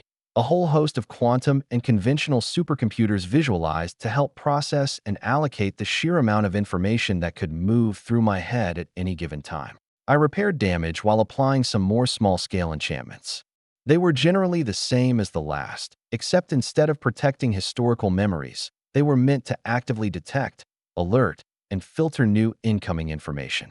It would do it passively as I allocated a certain amount of the supercomputing array and thereby the spark. These enchantments would even work independent of my previous biases held within my memories, making me aware that the voices were there and take the precautions to process them in an area sealed away from the rest of my cognition. In theory, it would completely protect my conscious and subconscious rationale. After that, I modified the paired link between the two sparks, still allowing them to work together with my new enchantments while making those critical functions independent, a fail-safe in case one side failed in their function. The point was to make sure that there was enough of a difference in my memories and rationale that even if one part of my mind failed, the other would pick up on it and give me the opportunity to call it out. The symphony had infected my memories just as it had changed the way I thought, a part of the reason that I hadn't thought it was an issue. Early on, I still had the mind to wonder if I was going insane. That had been the last time I did, and it had been Amara's last opportunity to nip the issue in the bud. At least now she knew what to look out for, but I was also aware of that fact, and I knew that if it happened again, I'd do too good a job at hiding it from her and allowing the issue to fester until I was irrecoverable. I needed to protect against myself, using myself against myself. Still, even these functions couldn't compare to what I did after. After fixing my entire fortress, I did the last thing I needed to. I moved to the core, the place that held the orb which brought together both sparks in a cohesive whole.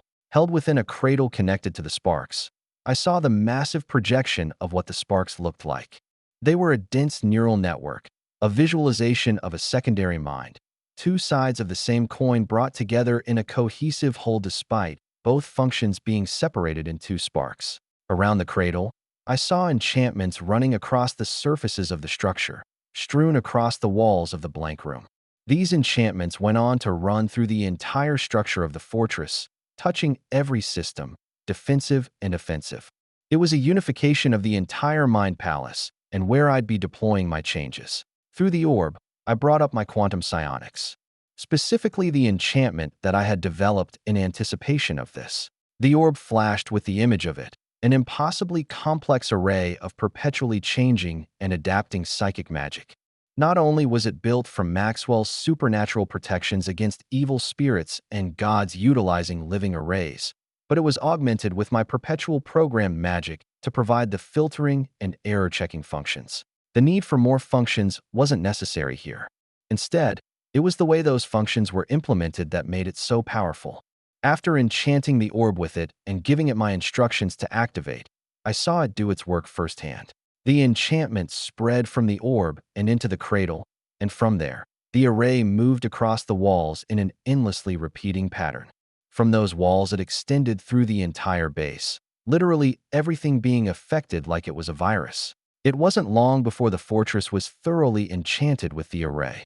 Even the ordnance for the weapons were enchanted, and that was doubly true for my fabrication facility that touched Totenstall and any spirits that I summoned through it. I smiled, the array doing its job perfectly. However, there was a slight concern with it, that being the power cost. It was quite significant. My pool of power was visualized as a vortex of Psyche that spun beneath the fortress, churning upward like a tornado as it permeated the structure and made everything work. However, whereas most of the power simply slipped through the fortress before, now, about 90% of it was absorbed to power the new additions. Thankfully, my rapidly increasing power changed that soon enough. My advancement formation went active during my changes, and the vortex of power grew as my soul opened itself to more power.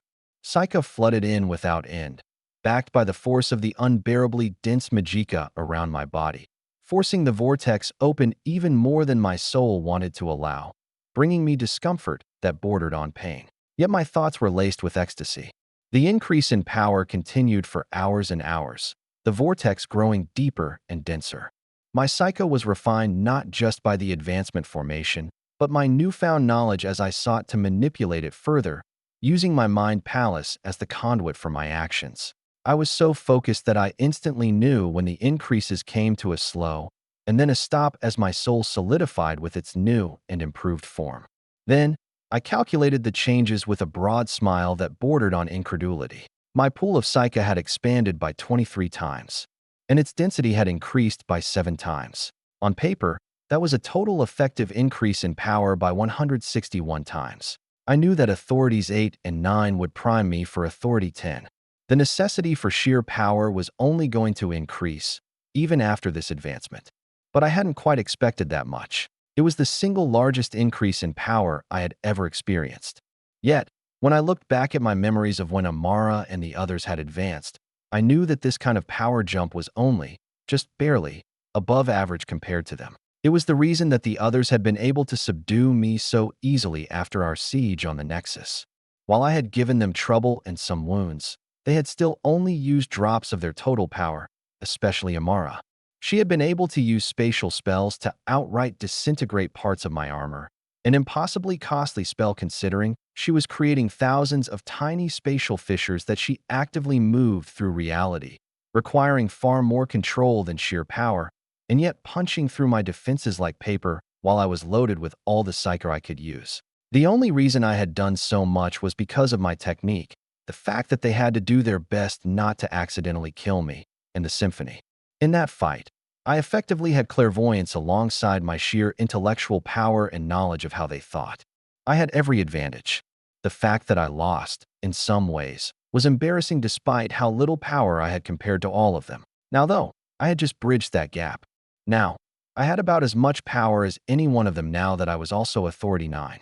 If we fought again, even if they had no qualms about actually killing me, in a real fight to the death, I would kill every last one of them, especially with my new quantum psionics. But that wasn't even considering what I was going to get from my Ninth Star.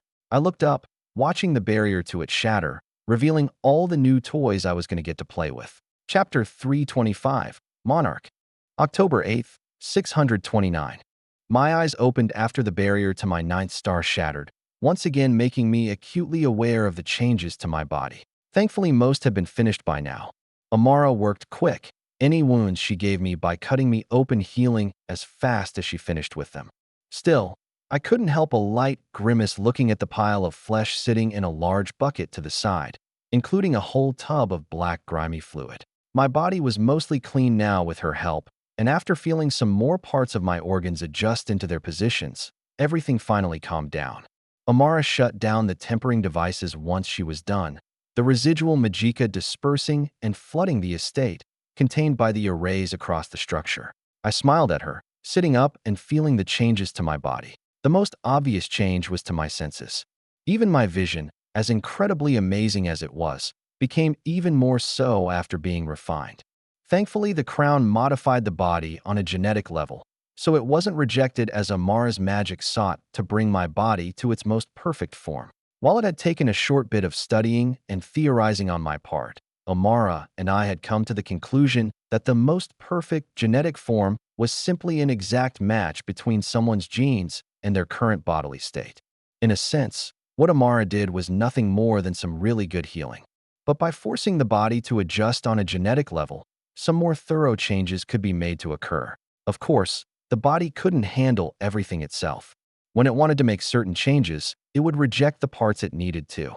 By cutting me open, Amara was simply allowing the rejection to occur, taking the burden off of the immune system and allowing my body to fill the void, another process that could be assisted. The changes to my body weren't drastic though, even if the process was a little invasive. It wasn't anything like crowns that would actually create changes.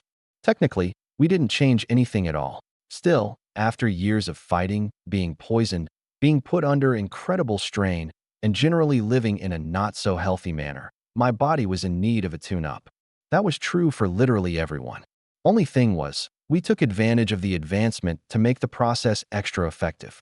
That meant that while my body was regrowing and regenerating its parts, simultaneously being resonated with my Amara's magic, it was also being flooded with impossibly dense magicka. Temperings more often had to do with the soul, stuffing magicka in there while it was open to absorption in the hopes that some secondary magical energy would find its place. For me, that was vigor and mana, giving me their passive benefits. Except, I was inclined to believe that there was a physical factor to their absorption. Given the power I was feeling, it seems I was correct. I felt powerful, more so than I ever had before. Before, I was around an Authority 4 knight in strength. Now, I was at least double as strong, if not more so.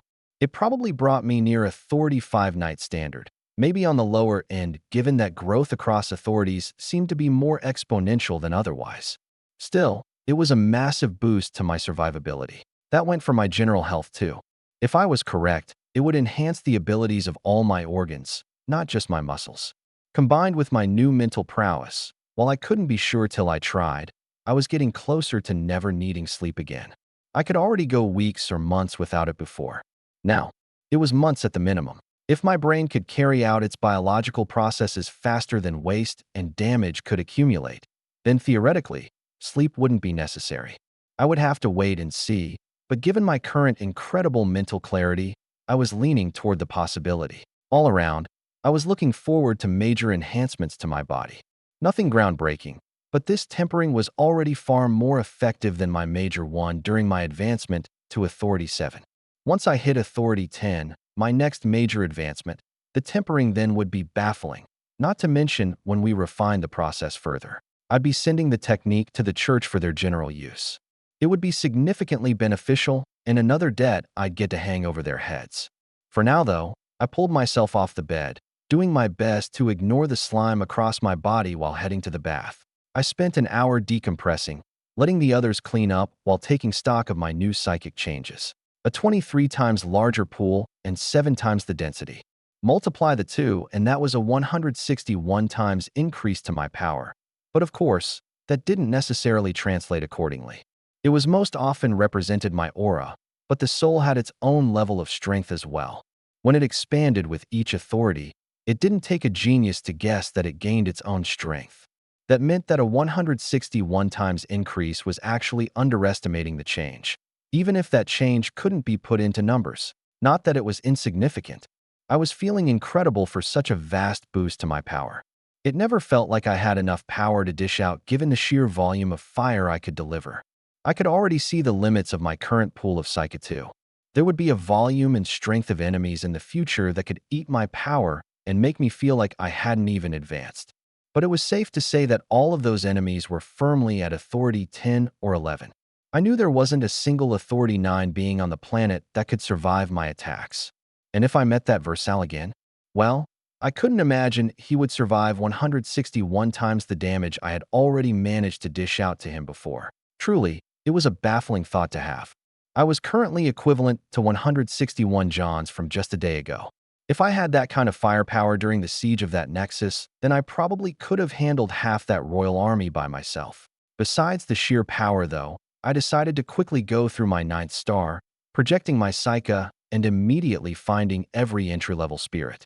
By modifying Maxwell's projection technique that came with the call, I could take advantage of my quantum psionics, making finding spirits that much easier.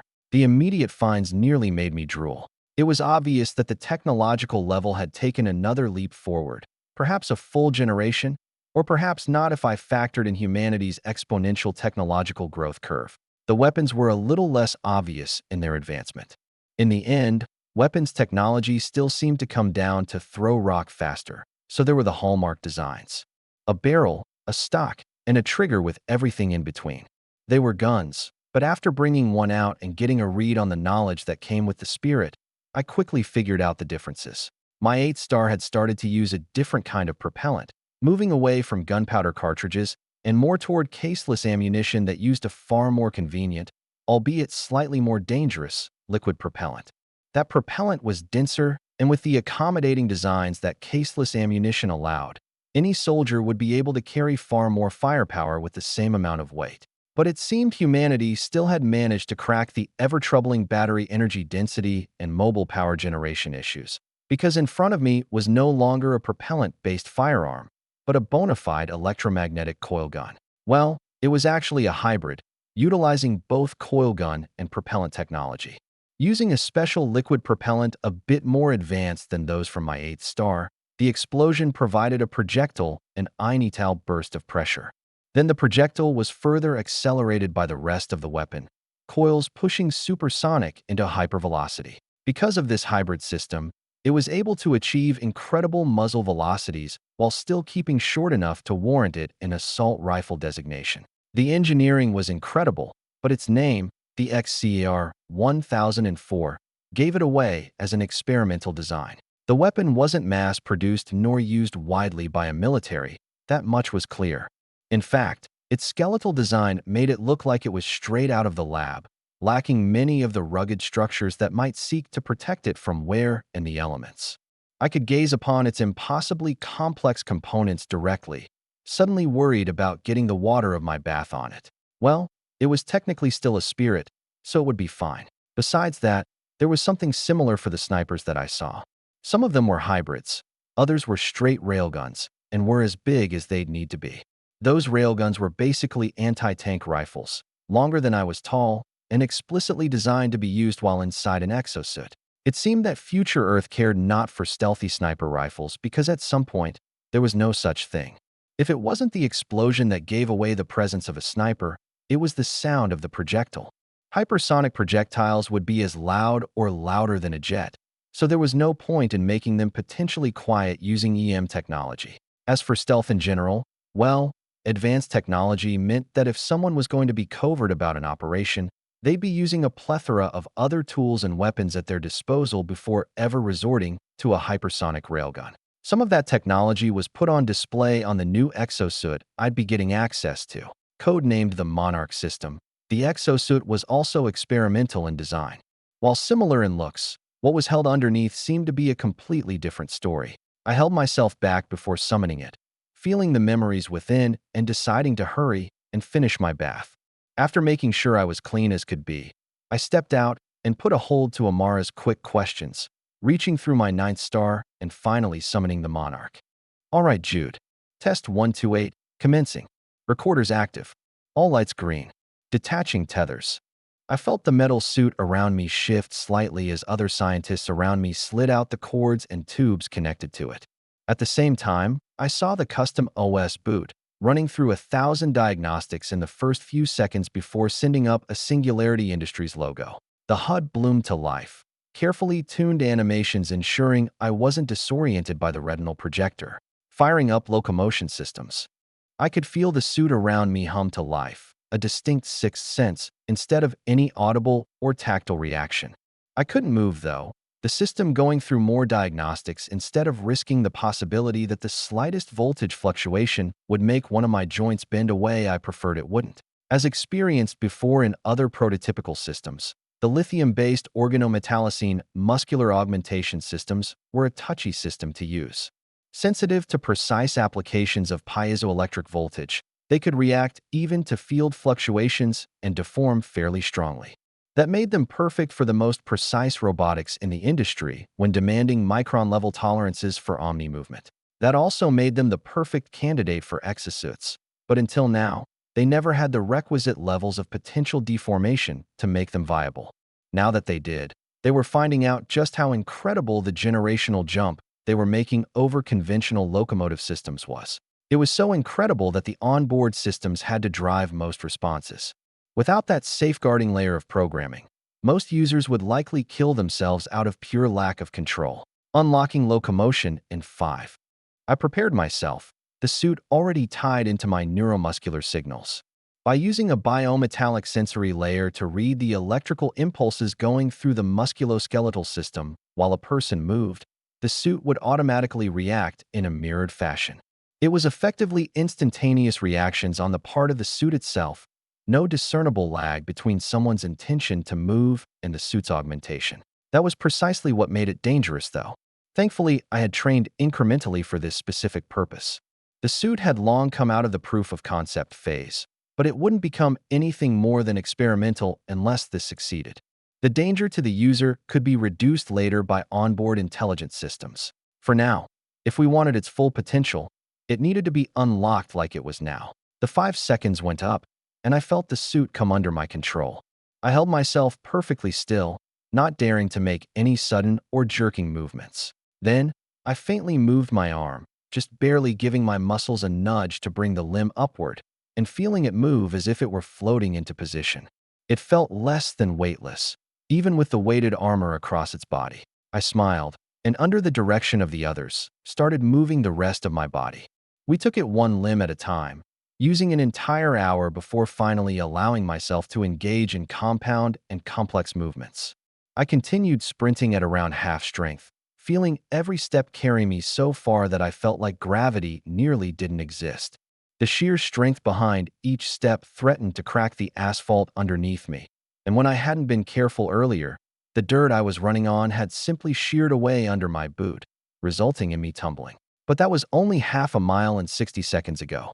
I was still the fastest man on foot in history, so fast that sometimes I felt like my brick of a body would catch air and start flying. Finally, I saw the finish line, running past, and coming to a stop. The timer had put me at just under 140 seconds. Slow thanks to my stumble, but still incredible for being half of my potential speed. I walked over to the docking station, scientists hooking me into all kinds of tethers and sensors to take measurements, as if the suit didn't have everything they needed on board already. Looks like everything is stable, Jude. We can go full tilt next time. Do you want more weight? Yes, please. It got difficult to keep my feet when I stumbled. Very well. We'll throw on another 200 pounds. Just don't strain yourself. I nodded, feeling a large plate of iron be hooked onto me like a plate of armor. Strength and speed demanded the downforce to keep a vehicle on the ground. This armor was no different from a car in that way, except while I wasn't catching air like a car would, my legs were still pushing me upward way too easily. Another couple 100 pounds would help make it feel more like normal running, but I'd still have to learn to distribute my force in a different way. Regardless, at this point, the suit had moved on from being merely experimental. Not that its designation would go away anytime soon. As capable as the suit was, and as perfect as the tech had been for a while, it was still prohibitively expensive to make on a mass scale. Downgrades were already on the way, I knew that much. Still, this model of suit would only be improved, even if it would only go toward the military's more covert or special units. I was quite eager to see the tech in a more capable person's hands. While I loved using it myself, there was always something exciting about it being put to test in the field, which I couldn't do myself.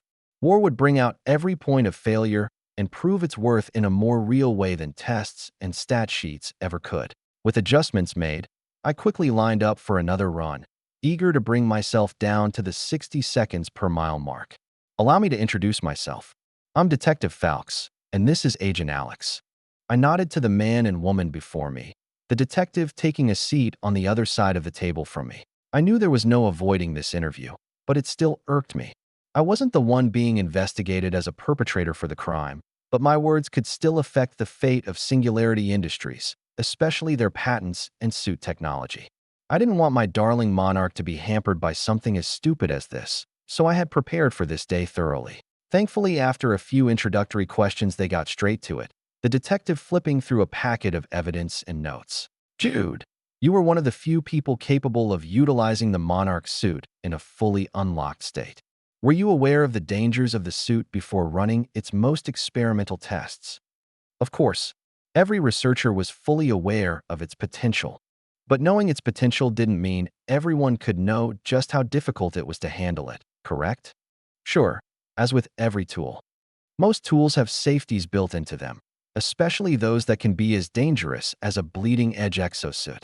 Did the exosuit have the necessary safeties? Of course. Explain them, please. I sighed just slightly. Joint locks, for one.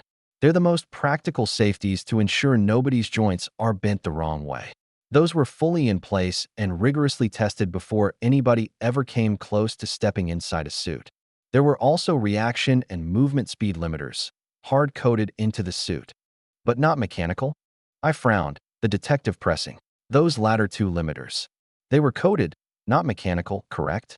Meaning, a software failure, a bug, a glitch could bypass those limiters. No, they couldn't. Any failures or faults would shut down the system as a whole and lock everything back up.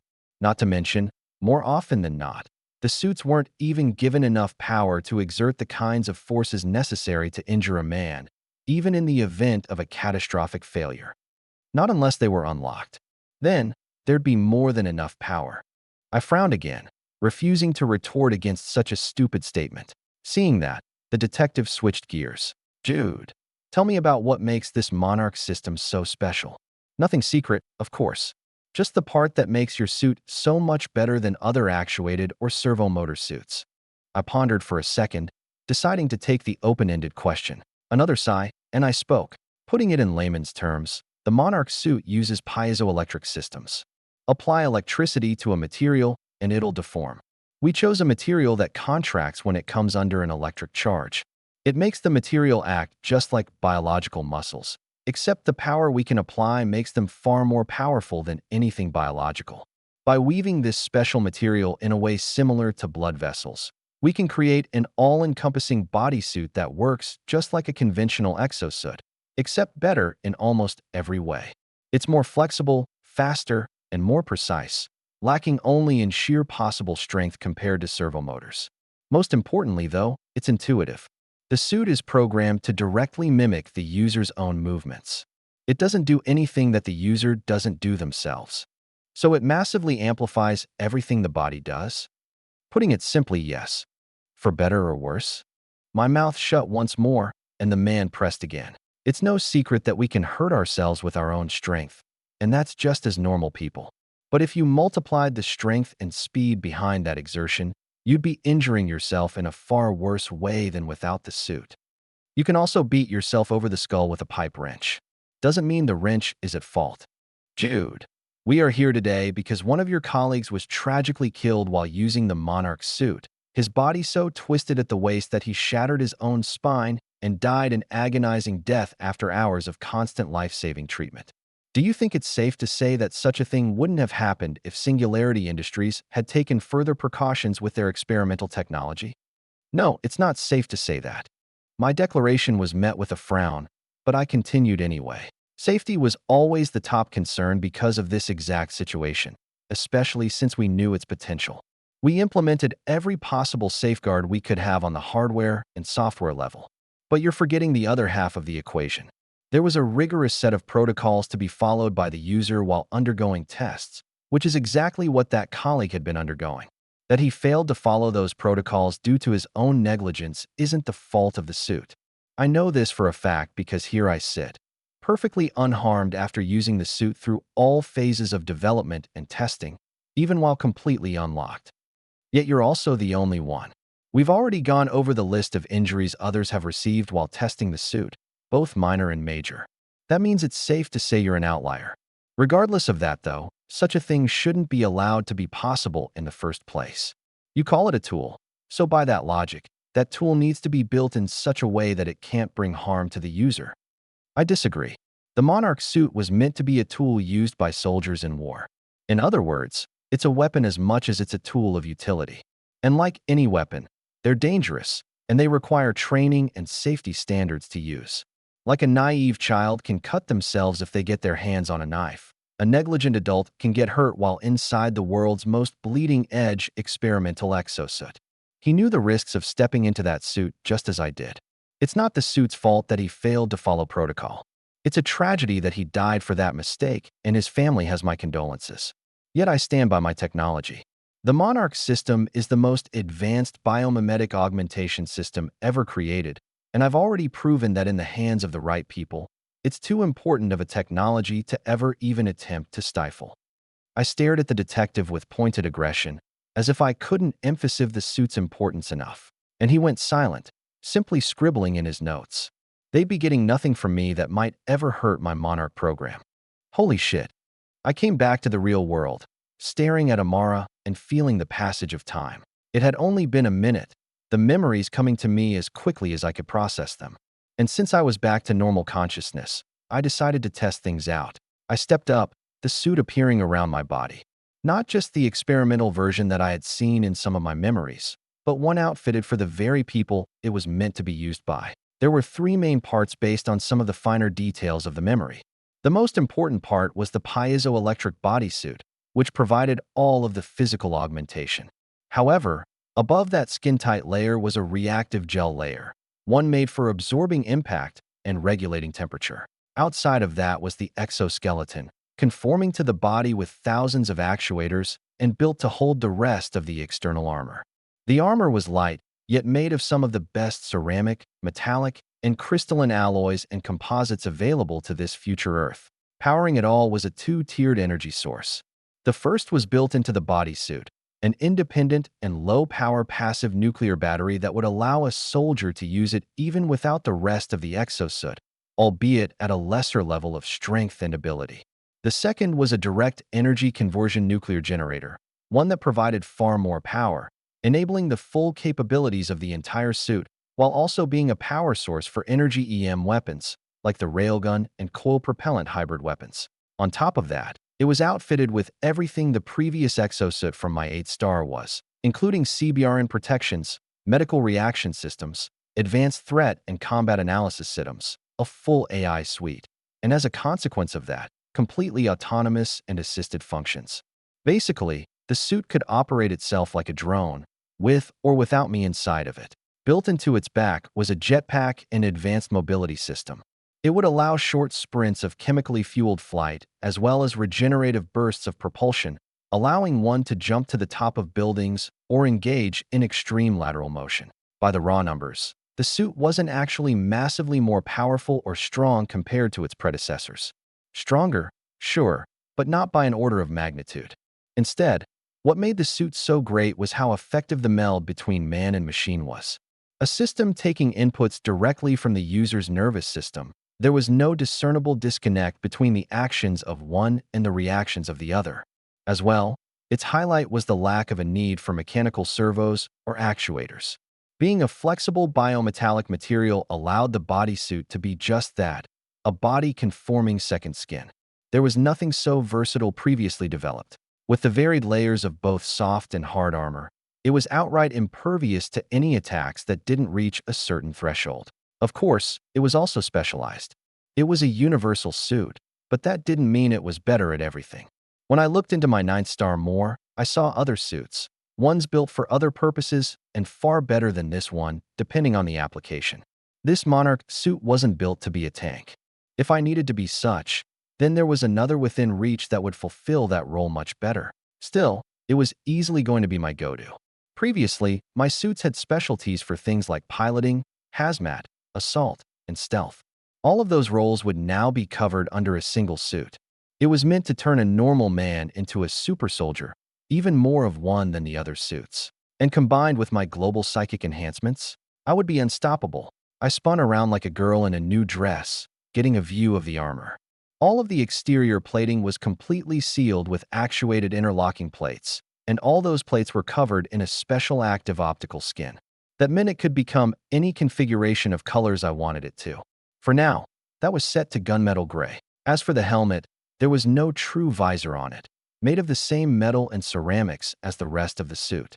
It conformed around my head nicely, actuators making any tiny adjustments they needed for maximum comfort and protection. However, the actuated plates were configured and interlocked in such a way that the faintly visible seams created the image of rectangular eyes. All in all, while the suit made me even taller and larger than the previous exosuit, it also did a much better job at protecting everything equally, including the power, computer, and medical systems. I couldn't feel the heat, but I could see the status of the nuclear generator, which was in naturally perfect condition. Given its fuel type, it was effectively an infinite energy source. It was only unfortunate that the entire industry that I had built in this world was done so upon magic and crystals, not electricity. I might have considered jacking this suit into a power grid in that case. I ignored the faint fear of having lethal radiation on my back as I finally decided to engage the one system I was looking most forward to. I spoke. "Where are you, Mr. AI?" "Right here, user." It responded in kind with a semi-robotic, deep masculine voice.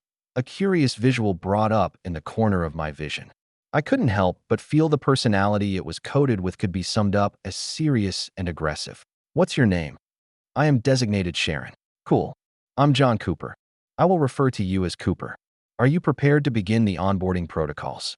I looked around, setting eyes on Amara before responding. "Negative. I'll bring you back out later.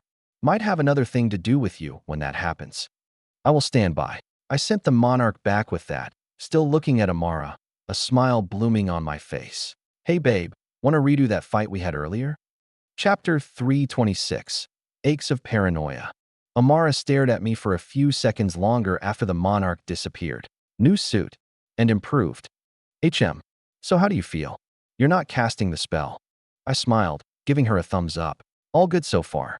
In fact, I'm feeling better than I ever have." That tempering did wonders, though I do in fact continue to feel myself adapting to the changes. All organs were adjusted, including my brain.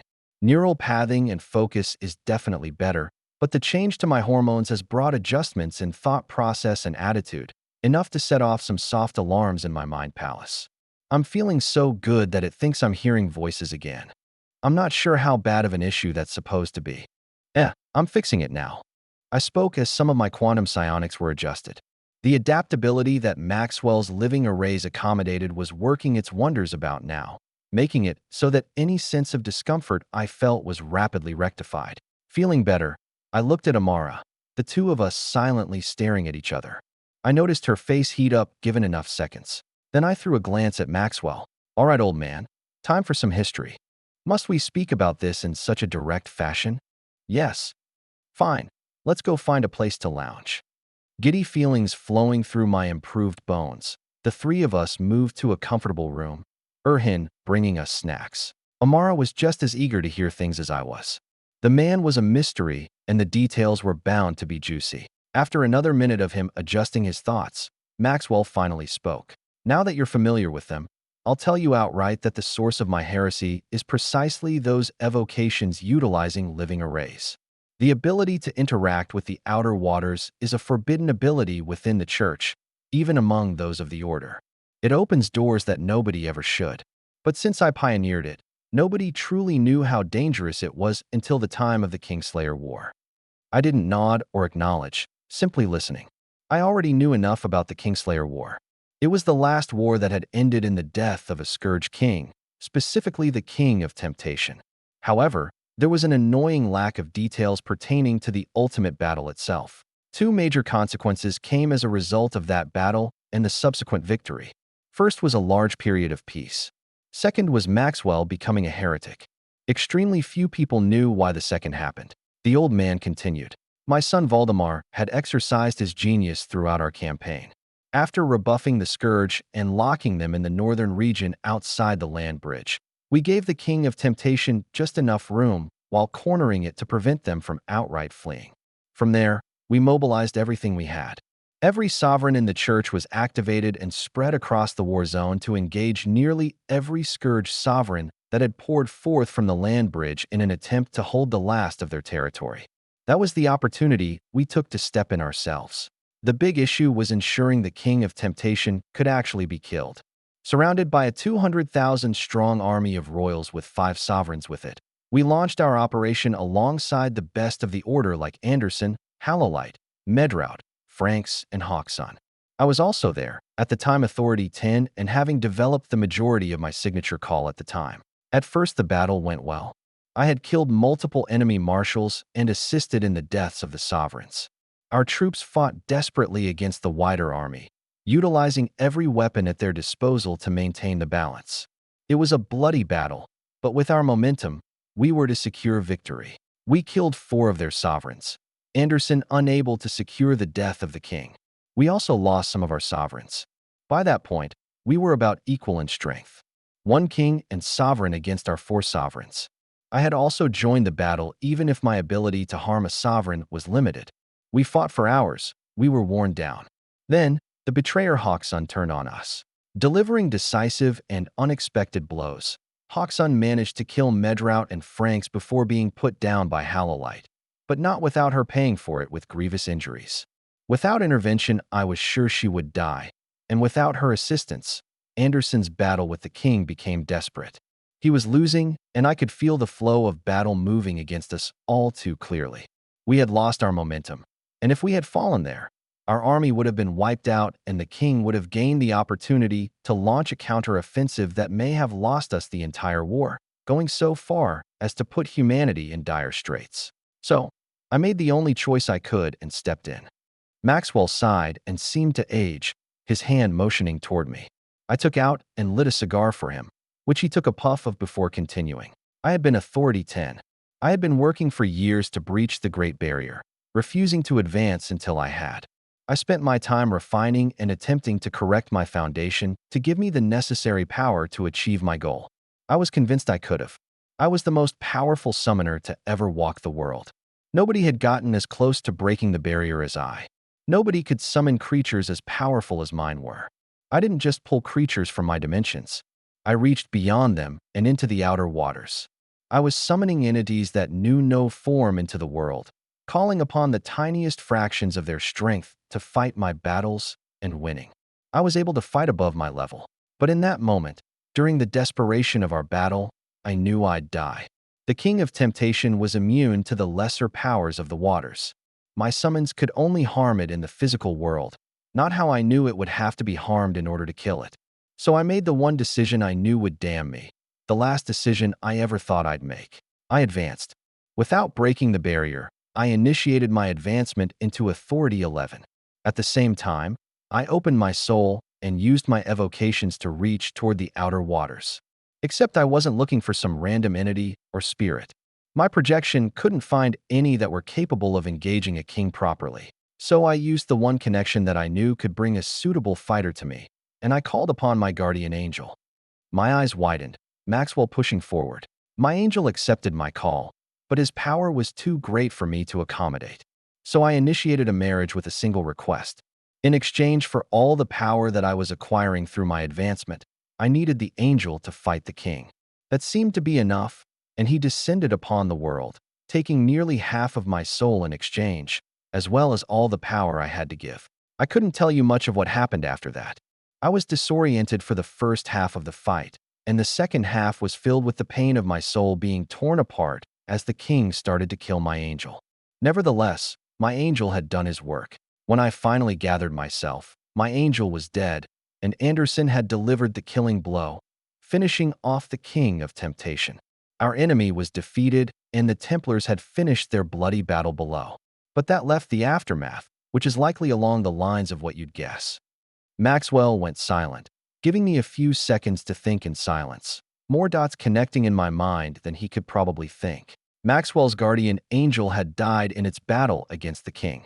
Ignoring the implications that came from an angel losing against what I initially assumed was a mostly physical being, I focused on the angel's death itself. One glaring connection was made in my mind.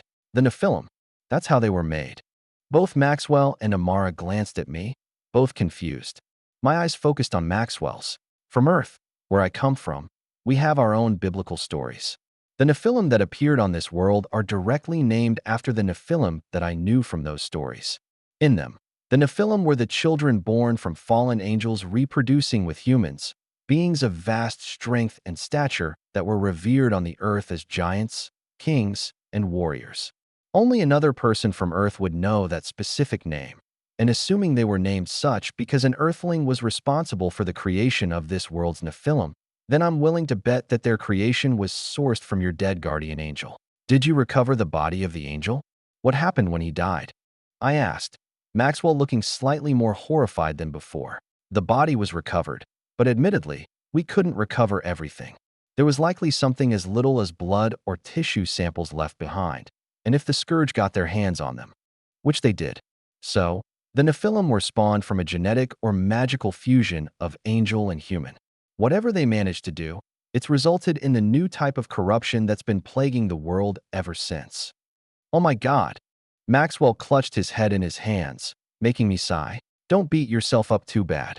Killing a king is still arguably more beneficial than having prevented the creation of the Nephilim. I allowed them to desecrate a sacred being. Yeah, well, comes with the job. I let out a long sigh, Maxwell staring at me in bewilderment. Why are you so relaxed about this? Because this isn't something you should be crucifying yourself over. You killed a king and then gave the Scourge an opportunity to usher in a new line of corrupted. By my accounts, your first accolade, not to mention your work on the call, far outweighs the mistake of spawning the Nephilim. I mean, if we're being honest, as interesting as your history is and as thrilled as I am to finally get you to tell me about these things, I frankly couldn't care less about what part you may have played on a strategic scale in my current war. Not to mention that I've seen what the Scourge has done in all of its unholy exposure. What they do to the people of the villages and cities that they take over on a weekly basis is significantly worse than the deed of twisting angelic genetics for their own gain. So sorry if I don't react so strongly to what you've told me. At this point, something as little as that is background noise in my brain. Maxwell went silent, sitting there and staring at the floor for a minute before taking another puff, smoke moving with his breath. Given how much you know about the war and the Nephilim, how many people has that creation killed? Is it the raw number you want to hear, or how that number compares to a world where you hadn't done what you did? Both. Then as for the first, several million so far, and no end in sight on that projection. As for the second, not a damn thing would have changed. The Scourge were going to work their magic regardless of if they had the Nephilim as an ace in the hole. Maybe in a more direct fashion, but nonetheless. I was never expecting anything less than what's happening now. He went silent again. I glanced at Amara, seeing her slightly awkward as I shrugged. I finally broke the silence, calling Erhin and having him bring a bottle of wine. He poured us some glasses, and I spoke. Well, as much as I love depressing topics of war and massacre, I'd prefer to hear about the reaction of the church. I'm not sure what punishments usually come from heretical branding, so if you could enlighten me. Well, it's not like I wasn't a special case. I was crippled after the battle, so I had no choice but to sit out the rest of the war. When it ended and everyone finally got time to convene in regards to my case, the verdict was passed down that my actions resulting in the death of a being I had no right summoning was, in practice, a form of heresy regardless of the outcome. Thus I was branded, excommunicated, but ultimately not sentenced to death. Instead, they took everything from me. The Albarane peerage, which I headed as paladin, was taken over by Valdemar and renamed Corpella after my late wife. He went on to suppress news about my branding, and after he received the icon of victory for his leadership in the war, that goal was easier than not. Especially so after news about Hawksun was spread. His betrayal was far worse than my heresy and took the spotlight, saving me from most of the hatred. Although I should have been put to death under most circumstances, my work on the call was deemed too important. The Pope sent me to Luna and her Polaris family as a form of imprisonment. I was told to work on my call and eventually take an apprentice who would inherit my work and prove its worth. When that happened, the call would be sent back to the church where they could properly disseminate it, uplifting the power of the summoner class as a whole. It took me decades to refine the call, especially since I no longer held the power I once did. It took me years just to learn how to refrain from using the crystallized portion of my brain and nervous system, and even longer to learn to manage the pain again. After that, I had to engage in my work while operating as a far lower intellectual level. Decades I spent on paving a path to Authority 9 and 10, a proper path without the inferior crutches and compensations of the normal summoner calls. I managed it a few years before you arrived. Although the work hadn't been finished, Luna knew that I was no longer capable of advancing it further. So she finally started searching for an apprentice. There were several that came and went. They were all too stupid to handle it. But then you showed up, sent by the Tavera family. Yes, I showed up. I muttered, staring at him weirdly, a few more dots connecting in my brain. His eyes narrowed. What? What are the odds that the sole person to arrive from another world in the last handful of years was snagged off the streets and sent to you completely by chance? Apparently high, and I've paid for that ever since. They're actually so incredibly low that they may as well be zero, which means it wasn't by coincidence. A moment. I brought up my aerial, dialing a number and waiting. The voice answered soon enough. Huh? Who is this? Plex, it's me. John? What's a rich man like you calling me for?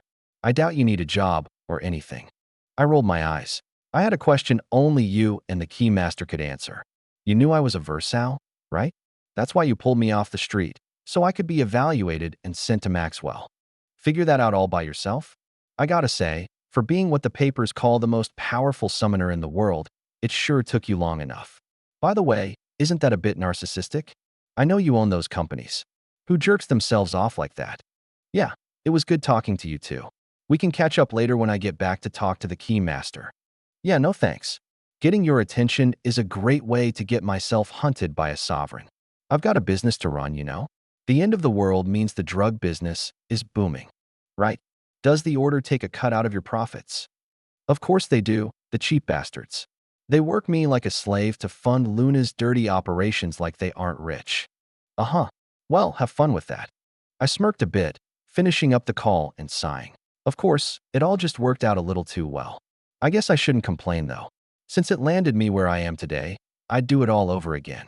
Anyway, I suppose I should keep these new revelations in mind when it comes time to talk to Valdemar. Maxwell sighed once more. I don't think my son hates me, but yes, keeping my name out of the conversation would be wise for you. In fact, if it hasn't been brought up, then it's likely he still isn't aware of our connection. Perhaps the fact that they've hidden it from him, though, is enough of an indication about his attitude toward me. Maybe. Still, thanks for telling me. Maybe in the future you'll be forgiven by virtue of giving a genius like me the unparalleled power that is the world's best summoner call. With what you're doing right now, you should worry more about whether there's going to be a future at all, which means I need to hand off your next advancement formation. It's technically incomplete, so while I'm here I can answer your questions about it. For now, though, I need more rest, and you need to consolidate your power. Sounds good to me. We ended our conversation with that, Maxwell retreating to his room while I went on with my day, catching up on the status of my Iron Legion and giving Amara more attention. With all that had just happened, from the recent destruction of a major nexus to my advancement, my workload was only increasing. And despite now being mostly deaf to it, I could still feel the tides of the world shifting, a feeling that brought back my aches of paranoia and hypervigilance as I looked through reports and endless pages of data.